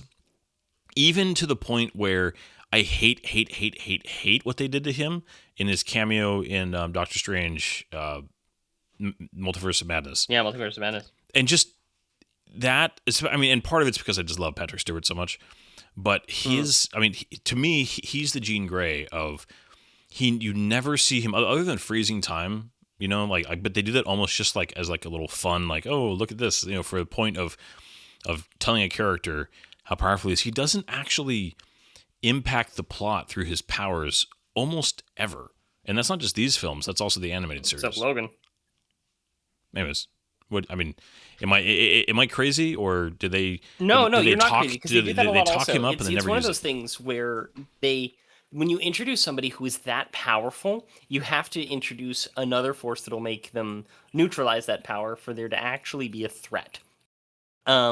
Which is one of the problems I have with I mentioned Goku earlier, like Dragon Ball Z. I don't like Dragon Ball Z because it's the same thing over and over again. Oh my god, I'm a new power level. Oh, here's somebody stronger. I need to train more. Oh my god, I've unlocked a new power. I need to train more. Or she's like, oh no, there's another enemy. I need to train more. It's like this endless cycle, and they do that with Professor X. The thing about Professor X being neutralized in the films, um, and in Multiverse of Madness, is that the characters that they use to neutralize him, Jean Grey, in this case Magneto, but in X-Men 3 it's Jean Grey, in uh, Multiverse of Madness it's Scarlet Witch, are two of the characters in the comics who can actually take him. Yeah. So but they I can never give respect him. that. They never give him a moment. They never give him just an epic moment. Like, and here's where to me there's a direct comparison in these films, which is they give Magneto so many big moments where he's flying around and where he, in First Class where he stops all the rock. It's just like there's so many moments where Magneto demonstrates how OP he is in a way. Mm-hmm, And mm-hmm. if they I wouldn't mind Professor X getting neutralized by appropriate characters, but they do nothing but talk about how powerful he is. They don't really ever show it. Well, and I just you wish see I it wish in a they few showed times, it. like you said, with them freezing people. You get the moment coming up here with him getting into uh, a frog, Toad, and Sabretooth's head. Yeah, I guess so. There's that, and then in X-Men First Class, he influences the one Russian guy from like miles away to stop the Bay of Pigs incident, Yeah, the launch. essentially. Yeah. Um, So, and there's a couple of other moments, but they also like using him as a power source. X-Men 2 and X-Men Apocalypse both have it so that his powers are actually the key to the bad guys' plans. Yeah. And so he gets those moments, which it does show how powerful he is, but I think when you combine it with how much it's done in the comics and the cartoons, it is really annoying how much they nerf him. But I've never felt upset about it in the movies except in X-Men 3. Yeah. Well, that whole scene with, yeah, I think I would like, even if in the comics Jean Grey and Scarlet Witch both are powerful enough to take him on. Omega level mutants. Yeah. They don't actually show a conflict. I think that's the other thing too, is that in both the situations, it would have felt better if there was some form of back and forth first. If he made it hard for them, you know what I mean? Like in both those examples, it's almost like he's like, oh, well, there's nothing I can do. This like weird level of acceptance of just his fate or something. And that's what I find frustratingly annoying. I think you might be slightly misremembering Multiverse of Madness in that respect. I Um, might be. I didn't like but that movie at all, so I'm also very biased I against that. yeah, I wasn't a fan of it either. I actually really liked those cameos and the whole Illuminati thing. That Yeah. was my favorite part of the movie. Um, but yeah, it's a But problematic in and of itself. the scene in Final Stand though, the whole that whole death scene in like the residential area, I hated that. I mean, that whole movie's bad, but okay, God, that whole movie was minor bad. minor thing, but I found it a odd decision that just I don't know, it was annoying to me that they made it where Cyclops had to touch his visor. It was like a weird like limitation to his power that he can't fire if he can't like touch his head with his finger. That's right out of the comics. I know. They eventually do change it in the comics and in the other things. Like at one point it evolves like, ooh, he has like a button on his hand that opens it, and then they turn it into a mental thing. And I always liked the idea of his powers. They never use it to like a really great extent in the films, which really annoys Yeah. me. Although, you know, the Because accident there with he's the Toad, captain. Yeah, but I'm that's like saying the best. it opened up the ceiling so that she could do this. Yeah, but they underuse Cyclops Yeah. so much in these movies. Well, because It annoys the crap out of me. isn't Cyclops also in the comics? Isn't he also just a very formidable, just like hand to hand fighter? Yeah, well, he's Captain Picard. Literally, that's the best way that I can put it. Even though they have what's his face, Cyclops is Captain Picard.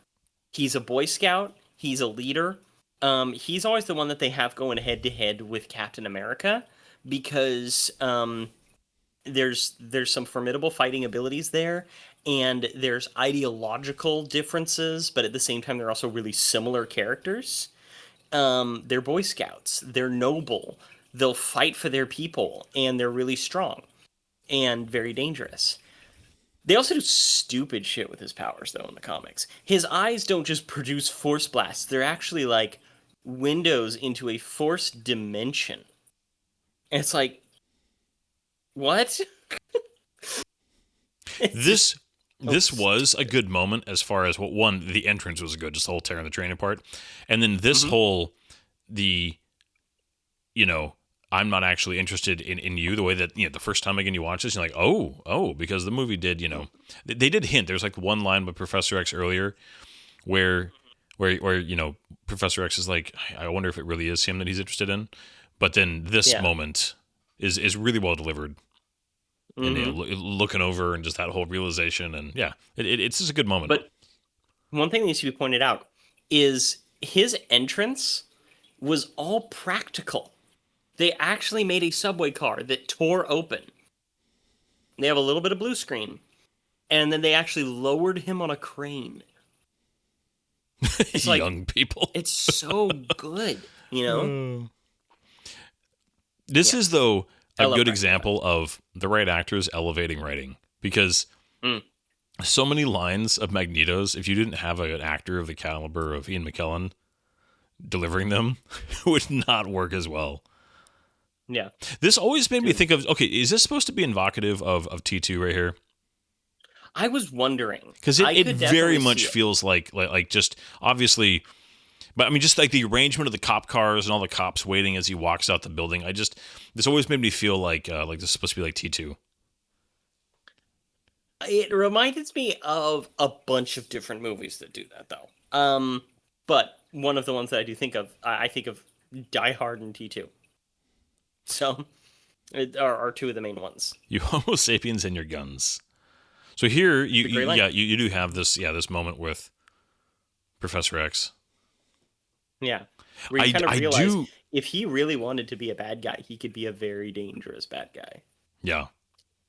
I do like the way they use the powers here to show like a true kind of matchup because like what Magneto does here as far as firing all the guns and kind of like the idea of like can I just I'm gonna put you in a position where although I do okay sorry I like this and also why did this cop not just move? He's just like weird here. I Is he just no, paralyzed in fear or what? I think that they show it pressing into his head. And I don't think he could move. Or I think that he kind of understood that moving would be the death of him. Yeah. Magneto's helmet, though, this was a complete redesign from the comic book helmet. Like, you notice how it's like pressing into his skull there? Yeah. Like, I don't think he'd be able to get away from it. I mean, like, but wouldn't a human reaction? I guess, like, some people would just like freeze, but other people I feel like would just jerk away or be backing up. He has good I don't know. survival instincts. Yeah. But Magneto's helmet was a complete redesign here from the original. The original had this like really like it had a little M on it or a little crescent. It was very amorphous isn't the right word. Almost elegant or over designed to it. This is a simplified version, Yeah. and they actually had to apply it to him in two pieces. I don't know if it was snap on or magnetic, Well, you but can essentially you, they would you can see the where M the seam shape is. would be removed. Because he always had an M on his helmet, and in this one they can remove the M shape off of his helmet, and then the rest is a cap. So they'd put the cap on, and then they'd snap the M shape on, and that's what made the really tight helmet. Yeah, that's fun. You talk about something. I was just thinking. Sorry, I got watching for a second there. The anytime you go close up on Patrick Stewart's face, it's just good stuff. They do a lot of kind of the one eye close up, which is just an overused shot in a lot of ways, but also he's just got a face for it. But this is also kind of from here is where I feel like the movie kind of gets into its weakest third act. It kind of speeds up. It gets a little weird. Well, it's going really they're fast. They're really putting everything together.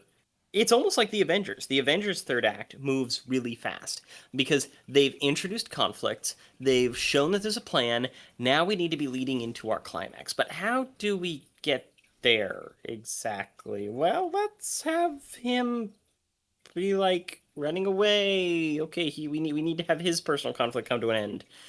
What's gonna change that? He shows up. Send him kill. Okay, let's show the issues here, and then let's get into the planning phase. Yeah, we're gonna have Forbidden Leather and the execution, and it makes sense the way that they did things, but it feels rushed. We still don't know these characters very well. We still don't understand them very much, especially characters like Storm and Cyclops and what their deal is, and even Jean Grey.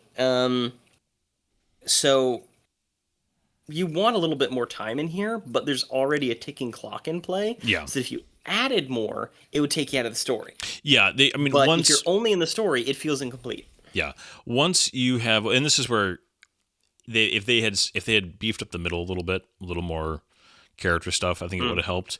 Because once Rogue is taken, then you do need to have a certain urgency, because when there's a character that's been shown to really be cared about, especially by Wolverine in this case, once you show them in peril, if you take too long, the audience is going to start to wonder, what is going on? Why are you not? Always interesting here, just him walking. It's an interesting way to kind of show that he's in his memory here. Yeah. But I agree. You need to keep things going, but I do think that we would have had more impact in the third act if we had spent more time getting to know the characters instead of just because Storm, Cyclops, and Jean Grey are so thinly drawn at this point that you just don't care a whole lot. So, and another thing about that. Oh, I'm trying to formulate exactly how to say this correctly. This movie, I think it's the budget showing, where they haven't had a lot of big action so far at all. No. Like, this is not an action-heavy movie. And if you did beef up the middle with character stuff, you go a really long time without excitement and action. And this is an action movie. It needs excitement and action. So it needs to have this brisk pace that goes from action sequence to action sequence to action sequence, because that's what people want and are expecting. So if you take a whole bunch of time in the middle of a movie that already is very light on those things, people are going to sit there and say the middle really drags. So it's better to say it had a Yeah. rushed third act with some cool stuff than the middle really drags before you get to the ending, and the ending's not even a really cool set piece. You Yeah. know? No, So you're not wrong. yeah. Yeah. Of course I'm not. I'm Zach. Excuse you. I'm sorry. I had to. Okay, there was Yeah. wasn't the they really wanted I think we were talking about earlier, right? Angela Bassett as an alternative for Storm. Right. I mean, Yeah. Angela I don't like Bassett, it. she's a fantastic actress, so I think She that's is, but that doesn't mean it's the right choice. I know. Okay, sorry, maybe this is mean. I've never really loved Halle Berry in the kind of anything. Maybe Oh, absolutely not. No, that's she's mean a of me. very weak. Um, and the character of Storm is another one of those characters that I don't really care for because, especially like in the '80s, she was this really thin, kind of bland punk character who was described as the X-Men's bicycle. Every guy got a ride. Okay, I didn't And know that. then yeah, no, it's a thing. And then they were like, wait, no, the political and cultural climate was changing, and they wanted It's a their very minority PG-13 way to characters at the kill somebody. forefront, right? Um, they wanted this big black heroine character, and I'm not saying that's a bad thing at all, but they then took her and oh, she's going to be leading the X-Men now. She's also an Omega level mutant, and she's worshipped as a goddess. She can do anything, and she's going to marry Black Panther. And they immediately turned her into one of their front people. But she wasn't that interesting, and she was too perfect. That was an issue that I had, especially reading through some of the things like the Civil War series and stuff like that. She Yeah. was just I she had that feeling of a character who is too powerful, but they need to protect her because to do something bad to her would be politically disadvantageous. yeah. So the way that Professor X has settled this, I Mhm. always thought in a movie that had you could have had a middle action sequence where you had Mhm. Wolverine and Cyclops in the danger room and had a settle this, give your action beat in the middle of the film, some kind Yeah, of dangerous the sequence. danger room was actually going to be a major part. One of the scripts was actually based on a one of the original scripts of this movie was based on a comic where they get stuck in the danger room. It's almost like a holodeck episode of Star Trek. And because the danger room became self-aware. And she ended up becoming a vision-like character where the danger room evolved its own personality and eventually got a robot body and became a character named Danger. And was one of the major androids. So that was a thing. No, Right. don't do it. No, this part, this is a lot of people don't like this scene, and I get that. They're just like, oh, it's a nice little fix. She just happens to be able to do it because she just happens to be strong enough. This is actually a really good scene for the comic book fans because they know she can do this. She just doesn't know she can do it yet. And some people even think that this was supposed to be leading into a sequel Good music where beat the here. Phoenix was a huge part, and this is actually the beginning of her transformation into the Phoenix. This is her stretching her powers past that point where she either awakens it inside of her, or she attracts it from space, depending on how you want to run the story of the Phoenix. Which I don't like the story of the Phoenix anyway. Um, You wouldn't. also, it's stupid. Um, It's just not well done, and the Phoenix 5 saga was dumb. And yeah, this is that always hurt me. Like he just shoved his fingers into the guy's spinal cord. Yeah. Ugh. And here's a good Well, cheap we way we of, we do just very quickly transition here to just the third act of going out to Ellis Island and I everything mean, with the it makes sense, Yeah. like editing wise. She's just like, I know where they are, and instead of being like, here's where they are, it's like I they mean, show you where they are. yeah, It's a you're show, don't tell them. yeah, they're taking advantage of the fact that they've already said it, and It's one of the most recognizable places in the country. on the Ooh, planet. Even. what a sound effect there. That's just, Yes, it's like, crunchy. yeah, it's like you just, yeah. It's like you stepped on a like crunchy taco. Yeah, just squished him. I know that's weird, but it's honestly what I've always thought of. Every single time that I've heard that, I think it might be because there's like a bell at the same time. My brain says Taco Bell Taco whenever he Bell. jumps on that guy, and I think of somebody stepping on a taco like is it the Greeks or the Jews who step on the glass when they're married? Jews. It's the Jew. It makes me think of that. I don't know. It's a weird thing my brain does in that scene every single time I see it. Hmm. Yeah, it's Mazel Tov. Crunch. Crunchwrap Supreme. They do. One of the I, I, go. I do think that one thing that this sequence does is two things. One, I mean, what he just said there, just very straightforward, answering her yes, I'm gonna kill you. But also just it's the first time you've seen the sheer amount of just casual, they just killed, like, the guys laying there, Toad's killing these guys, Sabretooth is killing these guys. Like, the movie actually hasn't shown like, we actually just that big middle sequence where he's kidnapping Rogue, he spared the lives of those cops, right? He didn't kill them all. And here you have, all of a sudden, you have this change of tone too, where he's just very casually, him and his band are just killing person after person after person. And yes, it's the trope of their guards on patrol and all that, right? They barely qualify as human beings in movies when they're that. Might as well be wearing red shirts. Might as well be wearing red shirts. But there also is, I think, the just that sense of casualness about it, that you're kind of needing the audience to, because again, Magneto is a sympathetic character, but you need the audience to fully get on the X-Men side. We're like, no, this guy's got to be stopped. And I almost feel like subtly, they also still make him really sympathetic, even in that moment.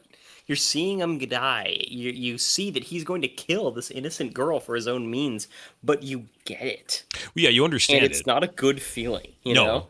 Yeah. But I think that all of that, I think Magneto is some of the better writing in this movie. This whole sequence, Agreed. though. Well, can we also just just love this. appreciate their setup? You people go outside and things. Apparently, these suits were so incredibly hard yellow to move around in. spandex. Like there's even a scene in a couple minutes here where they jump over a wall when they first land on the island, and it's a struggle for them. They had to refilm it multiple times because they couldn't do it. But I really want to appreciate the thematic setup that they have here of the climax. It's one of the best, most understated things in these type of superhero movies, because they have this peace summit on Ellis Island where all the immigrants would come through from Europe and Africa, the legal immigrants, I should say, from Africa, not counting slavery, through Ellis Island. And so there's a huge importance to that. And then there's the Statue of Liberty. And then this whole thing is about these people who want to find safety. And it's the Statue of Liberty, the picture of freedom and liberty for all. And so everything about this climactic setup, from Magneto's plan to the locations to the symbols, is all matching a single picture and theme of the movie and the writing. I almost think like the writing of the movie itself doesn't live up to how perfectly they set up the climactic setting, I guess you could say. Yeah. Oh no, it's, well, like I said, that's part of the problem of this film, is that it's an interesting mixture of some really excellent foundational things, some really excellent thematical layers, with just some very shallow character stuff and some cheesiness here and there. Yeah. But they did get the foundational stuff right, which is why this series with these characters, the highs, were really good. X2 and First Class, Days of Future Past, and I mean, the high points of these series. And, it was... I mean, you're talking about 4 separate trilogies, plus 2 other random movies that don't really fit anywhere in between. It's just like, this movie had a legacy. Oh, yeah. The torch. I Torch. always wondered. Okay, not always wondered, but like, why didn't Magneto just like mess with the jet? Couldn't he just like sense it somehow, or it's just like a little plotty where he just like I Possibly, maybe it's made with an anti-ferromagnetic. I do love this. It's just like this. This is so like. They explain it in the comics, actually. He has a card that's like an official passport thing that he gives to the officers. That he gives to the officers that says that he has combat shrapnel that cannot be removed from his body, Yeah. and that he will set off metal detectors. Yeah. The eyes in the little statue that we keep your eye open. Oh. I think that this sequence, okay? These jumpsuits would have benefited from a belt of some kind. Just saying. Right? And a little bit more color.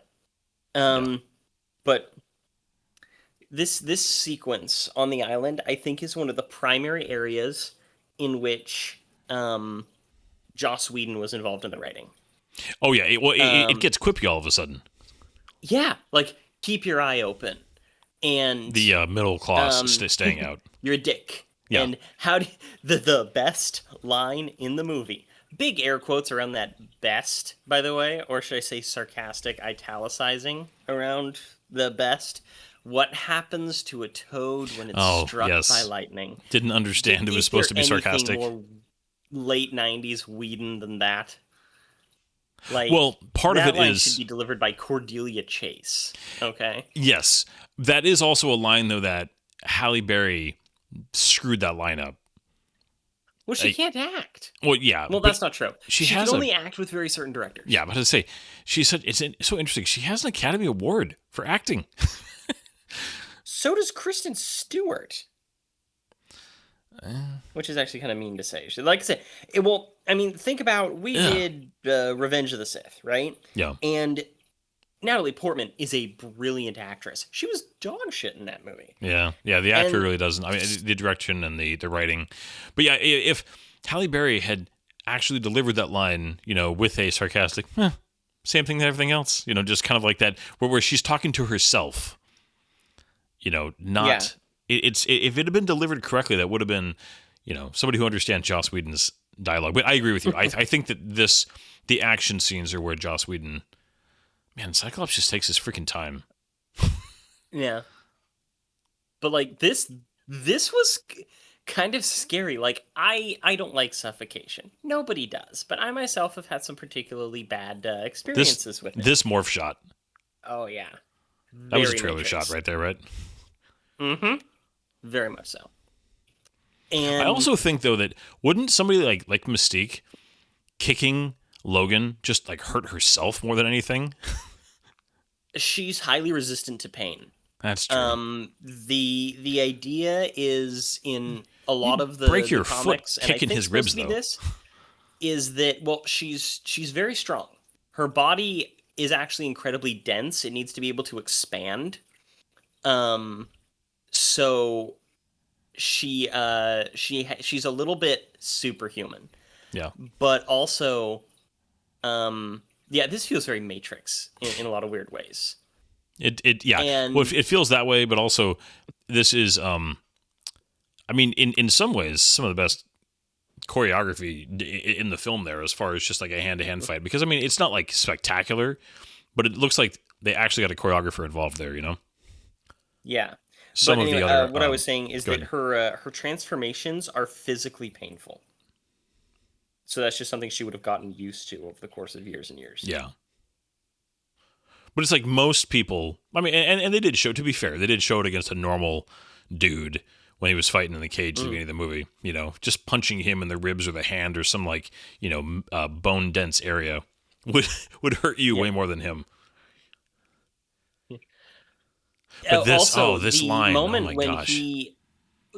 We passed by, we're talking over it, but he flips that metal pole up and flips it around like a quarterstaff was a direct reference to his role as Darth Maul. It was part of Darth Maul's choreography with his double-bladed lightsaber. That makes sense. Oh man, This is just... So where is Magneto just up in the Torch, hanging out with Rogue during Yeah, this? he's hanging out with Rogue. Oh, this is Bye so bad. The bye. delivery. It just And they never bring him back. yeah. It's just like, oh, poor Ray Park. We like you, Ray Park. He's a hoot with Star Wars fans. Oh yeah, he's a fun guy. This was a good moment, I thought too, because they did a good job. And because of the editing, you just saw her, so you really are expecting it to, if they had put this somewhere else in the action sequence here, you would have been more suspicious, I think. But because they had just cut from her, where you obviously knew it was her, it worked to Mm-hmm. kind of give it just a little bit of a fake out. And um it also shows like she wouldn't know that he has these enhanced senses. That's not something that they really project through the whole movie. But I do like that they made it genuinely important. Yeah, see, this is very Whedon right here. Oh yeah. You're a dick. This actually Okay. taught me the word dick in terms of a cuss word. I'm not even joking. Really? Yeah, All right. I quoted it and then was told not to quote it. Is that a model Statue of Liberty or is that CG? Because that looked a little smoothie. I didn't take a close enough look at it to be honest. Yeah. I didn't even notice. It's probably CG though. Yeah. It didn't Um, look. It didn't have that feel of something real. Yeah. I do like that. I yeah. can't move. It's just a good. It's like, uh-oh, SpaghettiOs. This I do like the way that Magneto just kind of taunts all them and the idea of just facing them together. Like again, they do constantly show Magneto is smart. He's a thinking villain. I appreciate that. Mm-hmm. Even in this sequence towards the end, he's still like he gets them. He's thinking of each individual character here and how he contains them. Yeah. And I yeah, it's really good. Um but also like he still addresses them as like brothers and stuff like Yeah. that. The character's so consistent. It's just good. Um no other way to put it. He is the strongest part of this movie, Oh yeah. both as a character and as an actor. Yeah. And As that's much. probably why he got so much like input on the second one. Yeah. We'll talk about that when we get to the second one, but he actually had some demands for how characters were portrayed for him to come back without being exorbitantly expensive. Well, and I mean, from everything I've read about him, he is legitimately not just a great actor, but also just a good creative. Like he understands character, he understands writing, and Mm-hmm. Oh, yeah, he's a he's smart one. yeah, he's more than just a good actor. Which I mean, there's a lot of great actors who aren't good writers, but Yeah. he's got talent.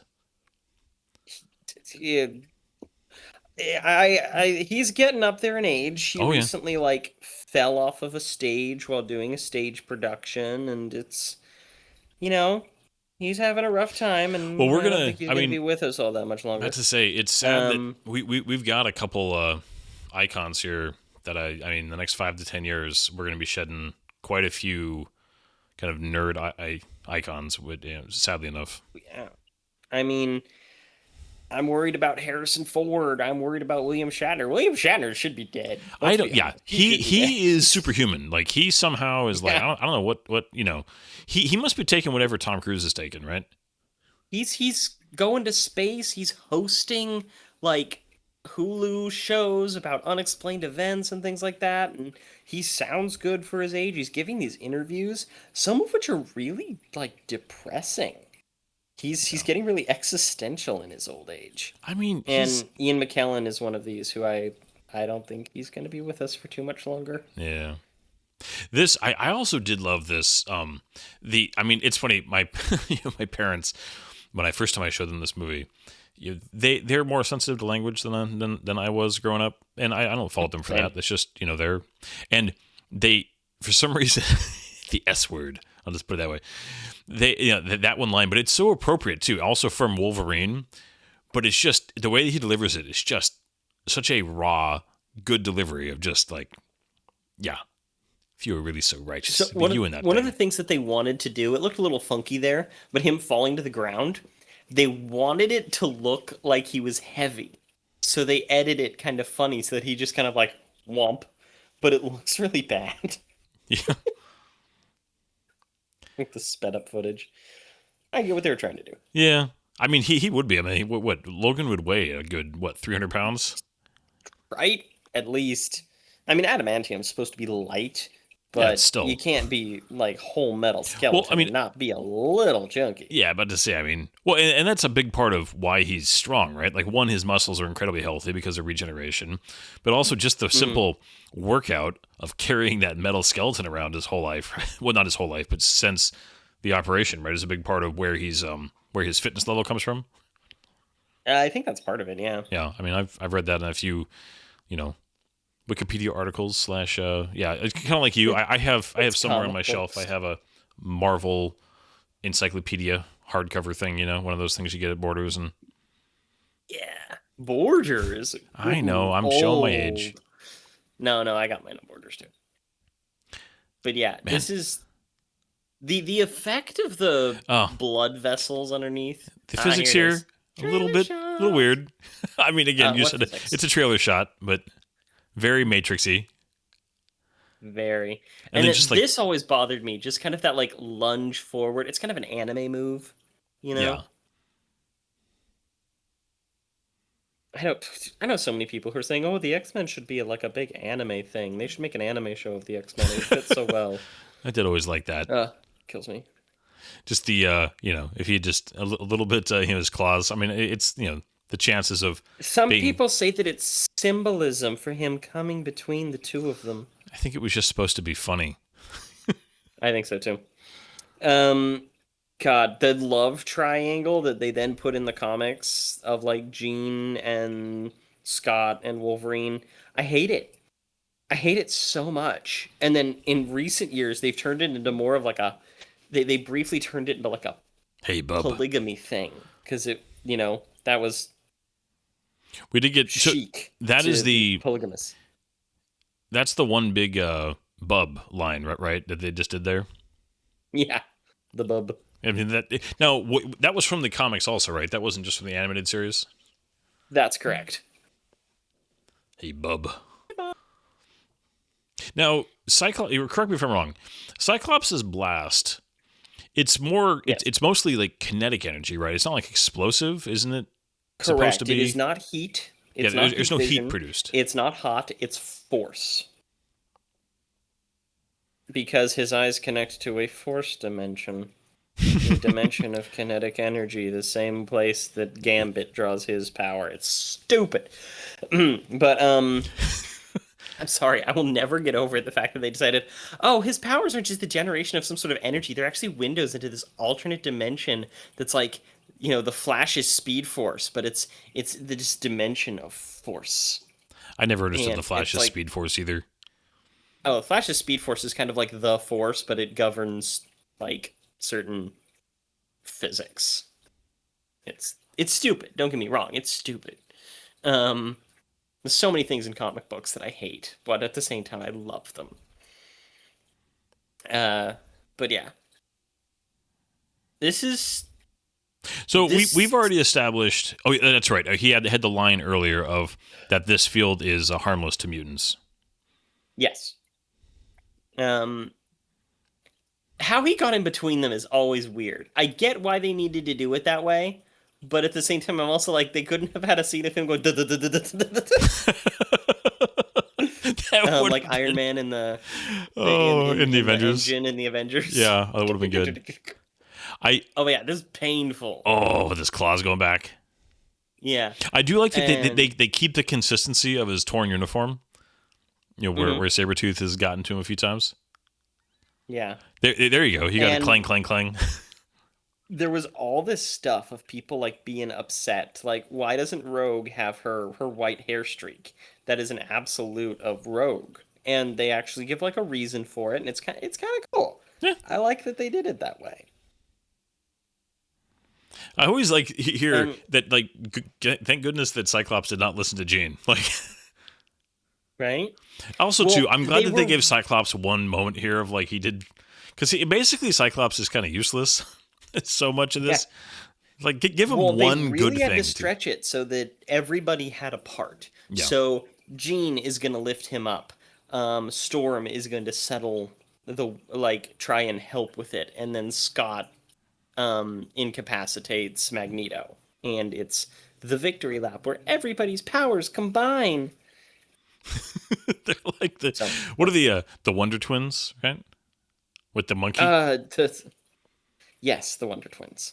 right? They had a monkey, right? And they like one of them could turn into like different forms of water. The other one could turn into animals. Yes. Is that a thing? I'm not hallucinating right was. now. That is an actual. You're not hallucinating, but it was weird as hell. Okay.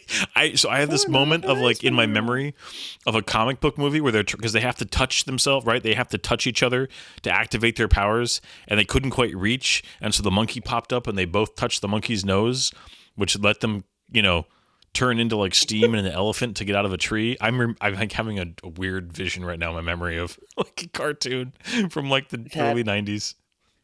That is weird. Yeah, no, those would be like 80s, if not earlier. Oh my That's gosh. like Hanna-Barbera. Yeah. It very much learned about that is stuff from watching like weird comic stuff. Yeah. No, that is totally in a a Scooby-Doo style animation. So yeah, that Hanna-Barbera. This I thought was pretty intense. This is like you see, a decent amount of blood here all of a sudden. They're just Wolverine like this is taking a little bit out of me. And it's actually like red blood. Which there's this whole thing, especially during this time, where blood was like kind of a taboo almost. Like, blood meant you were going to get an R rating. And so the blood always had kind of an unrealistic quality to it. And I'm not saying this is like the best ever, but it actually looked like... Well, and the cuts on his face and stuff too, and his neck and everything, yeah. Yeah. It looked gross. No. That's the best way I could put it. The actress who plays Rogue, Anna Pascal? Paquin. Because she did that HBO vampire series, right?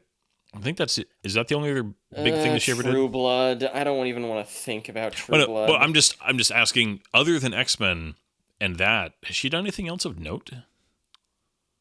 I mean, she had some stuff to it. She did kind of fade from the public eye.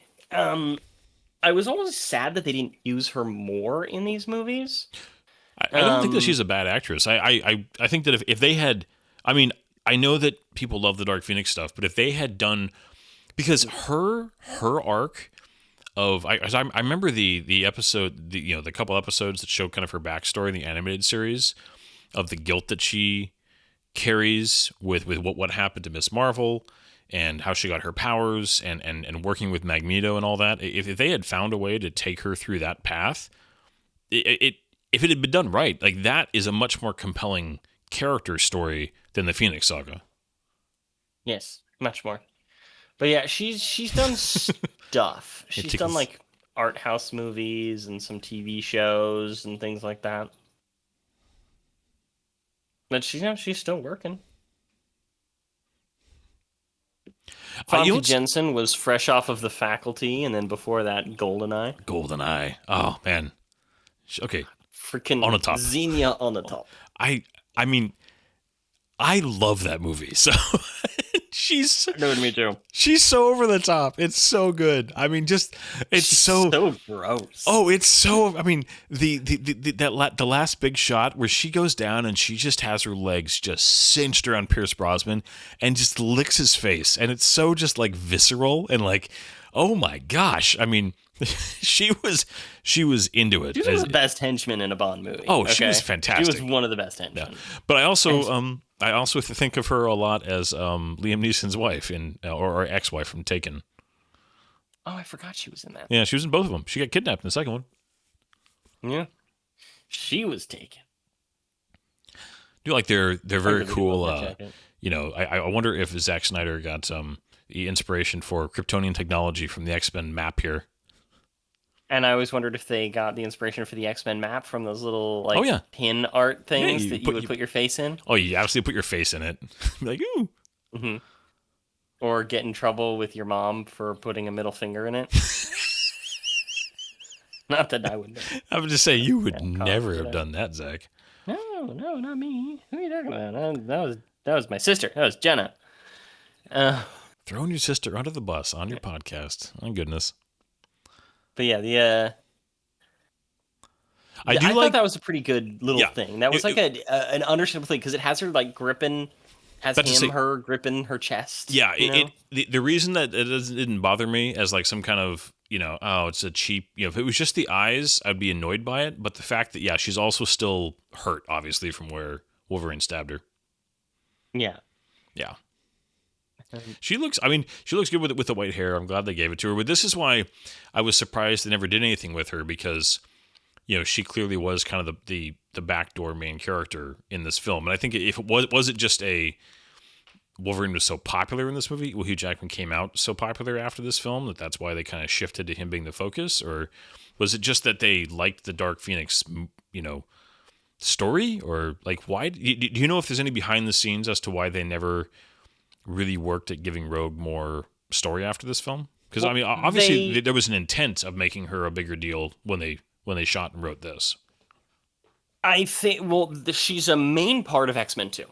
So she is really important to that story. Even, she's kind of just along for the ride, but she's like the heart. That's what I mean, though, is Um, that they never give her after this. I She's think along they for it, but they had don't. more. Yeah, Okay, I think they had more, but they had more for all kinds of people doing all kinds of different things. The problem was David S. Goyer and X Men 3: The Last Stand, yeah, where they decided to use her character as like a picture of somebody who would want a cure, which is an interesting enough idea, but she's underused, and they just obviously veered the storyline away from where they were going, yeah. you know? And no, but oh man, this scene, best scene in the house. Oh yeah. Well, like, I mean, you only have three scenes. I mean, if you count the scene with all the cops, where they're not like face to face, but they're in the scene kind of together. You just put Hmm. these actors together, and you get something good every time. Every time. This line But though also this just comes to that school looking for this trouble. scene defined the entire series going forward. I genuinely believe. And this is also the setup for the coolest scene in the second one. Oh, Like with with him, with with his the, with the escape. guard. Yeah, love that scene. Good. Yeah. Um, Well, I also just the dialogue though is just really, really good between the two of them in this scene.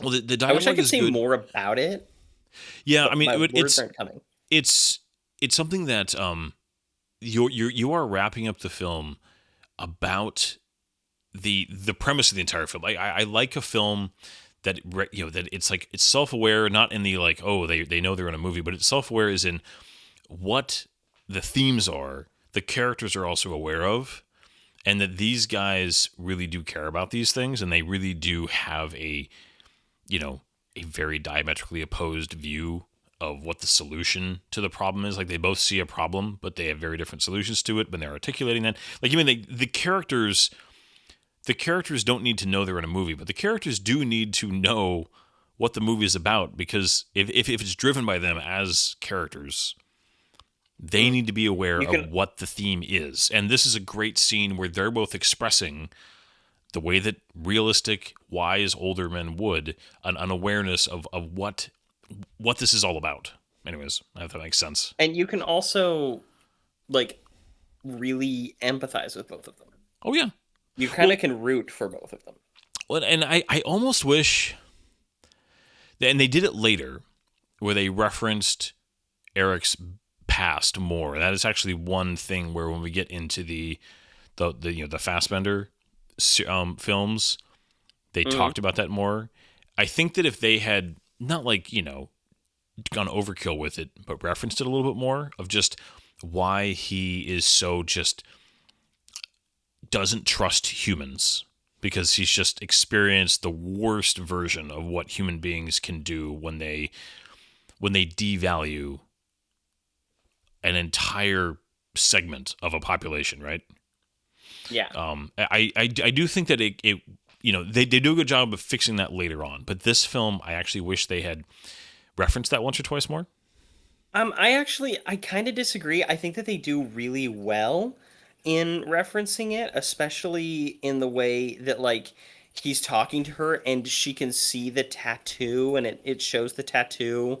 We as the audience put it together of like this Well, is the reason why he's doing this because he doesn't trust people because he saw something like the Holocaust off of humans against humans, much less humans against yeah, mutants. You know, I I actually think that that part of it was good I liked that scene a lot. and well I done. think though that if you had somehow if he and Professor X had I think that you could have worked in maybe one more. I don't know. Their stuff is honestly some of the best stuff in the film. So I'm like I don't want to criticize it too hard because it's the strongest. There are their relationship, their characters were easily the best parts of this movie. Yeah, I agree with that. So I mean I'm not like bringing this up as like some kind of serious. I just think that this movie laid a good foundation, and then they did a good job as the series went on. For his motivation was very clear. Like it's interesting. I was thinking about weirdly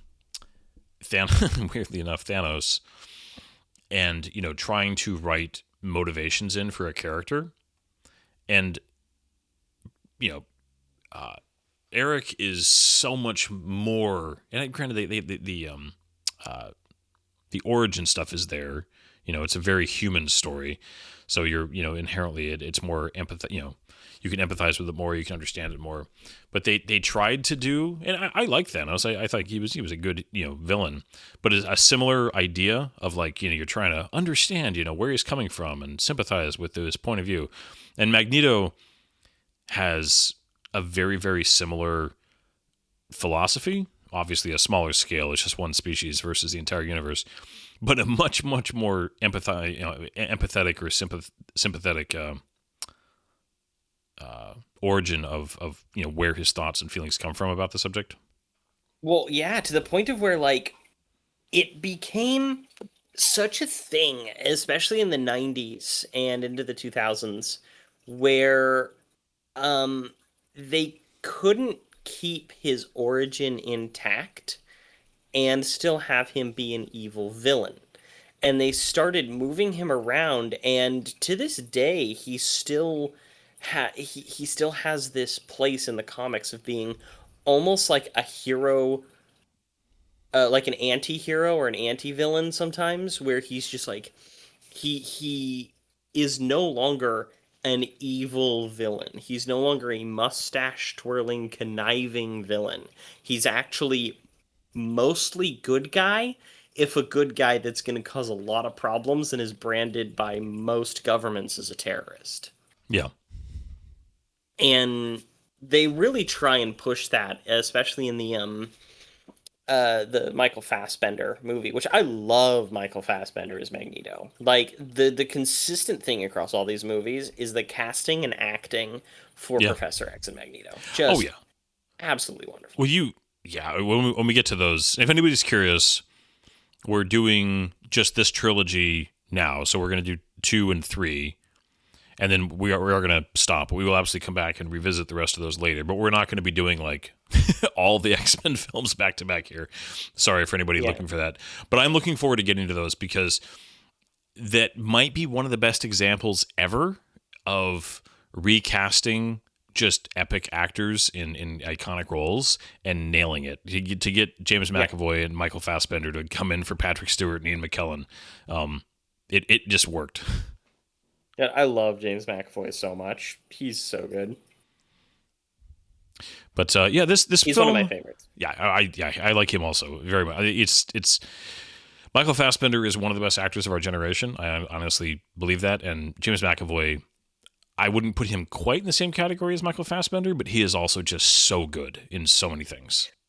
Well, the first time I ever saw James McAvoy was Was it in Wanted? uh, Children of Dune, Oh, that's right, the the TV miniseries. movie. Yeah, yeah, Leto Atreides, which that had like Susan Sarandon and a couple of other people.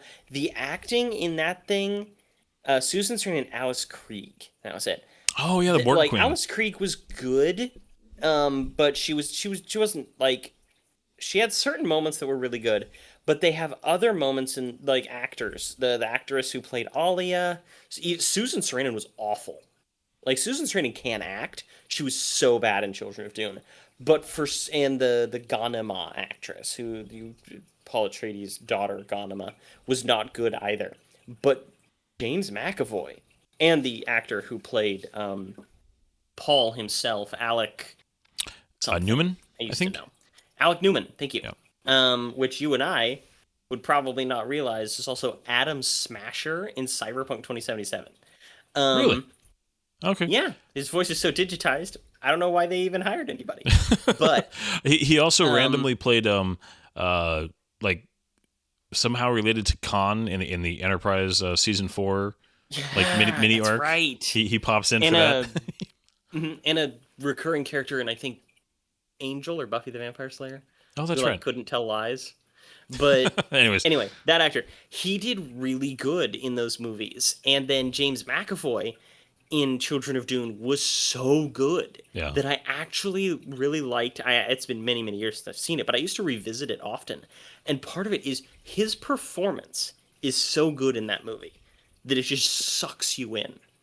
And I remember my dad watching it, and he was just like, that kind of was awful, but that kid has a future. And well, he should have been nominated for an Oscar for Split. He should have gotten a Best Actor nomination for Split. I still haven't seen Split, actually. I know. Jerk.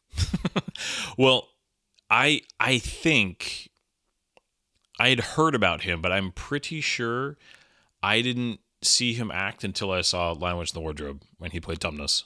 Mr. Tumnus. And then I think after that, seeing him in Wanted was the next thing I saw him Wanted. in. Yeah. Oh my god. And after that would have been X-Men First Class. I'm pretty sure that was the order I saw him, and I enjoyed him in all those movies. So, but yeah, it's Wanted was so bad it's good. Wanted is exactly what it's supposed to be, and it's fine. No, I do think that I can't remember if we said. I'm sorry if we said this while we were recording, but I know we talked about this before we started recording. This is an example of a film that, even with its problems, because the sequel was so good, you don't mind this film because, at the time it was still like, wow, that was really good. And I actually meant to tell this story at the very, very beginning. This movie has a tiny bit of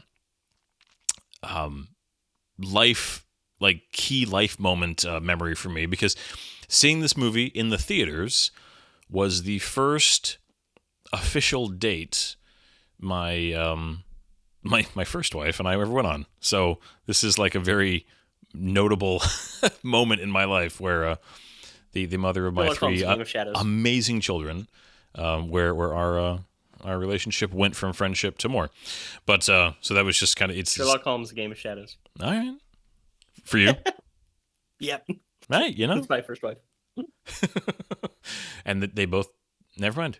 We won't get into that. Yeah, never mind. Anyways, yeah, but this Zach film. And Brand lore today. that's a different podcast about life experience.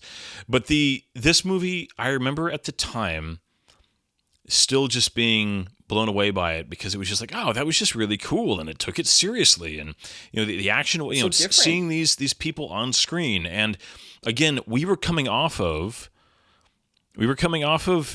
Batman and Forever. And Batman and Robin, and we were coming off of, like, oh my gosh, there was that weird Dolph Lundgren Punisher movie, and there was Blade was the one bright spot, but that was such a niche rated R, you had vampire thing, that it just wasn't. This was mainstream, you know what I mean? Blade, as much as Blade was popular, I'm not trying to deny it wasn't. It was very popular, but it was still a niche rated R movie. This was like kids could go see it. Yeah. No, and barely. I remember some parents being like, "Oh my gosh, there's this, and this." Oh yeah. And a big thing was, what was it? A big thing was the fact that the comics and Ian McKellen's influence over it was kind of skewing less from like racial tension and more towards the persecution of homosexuality and LGBTQ and mutants for standing for that demographic. In 2000, that was a much bigger issue politically. I mean, it's kind of been settled at this point culturally, but in 2000, it certainly wasn't. Yeah, and the second movie really digs more into that. But there was some, talk about that from people, and I remember like I really wanted to see it. Mom's like, no, it's too violent, and there's cussing, there's all this stuff. And I mean, let's face it, it did teach me about the word dick, but I did get to see it pretty quick, Yeah. and I loved it. I wanted to buy it. My mom said no, and then we saw X-Men 2, and my dad loved X-Men 2, Yeah. and so we got to buy that one, and eventually bought the first one, and I watched it a bunch and annoyed the crap out of people, and Yeah. it's an important movie culturally. It's an important movie to me personally, and obviously to you personally as Yeah. well. And I'm really glad that we got to go over it, despite its many, many flaws. Oh yeah. And I'm also excited because it means that next time we get to watch X2, which I freaking Oh love. yeah. So, And then get disappointment because then we have to watch X-Men 3: The Last Stand. I have Actually, I'm managed. excited to watch it because we get to tear it apart. Well, yeah, I was going to say I have not watched X-Men 3. It's been at least 15 years, probably longer than that since I've seen X3. And so I'm weirdly looking forward to it because I have a memory of how bad it is, and I need to be refreshed on how accurate that memory is. And so I'm looking forward to that. Yeah. So I'm Yeah, excited. this has been But fun. that's all I have to say for now. Yeah. Join us for the sequel next week. Have a good night, everybody. Good night, everybody.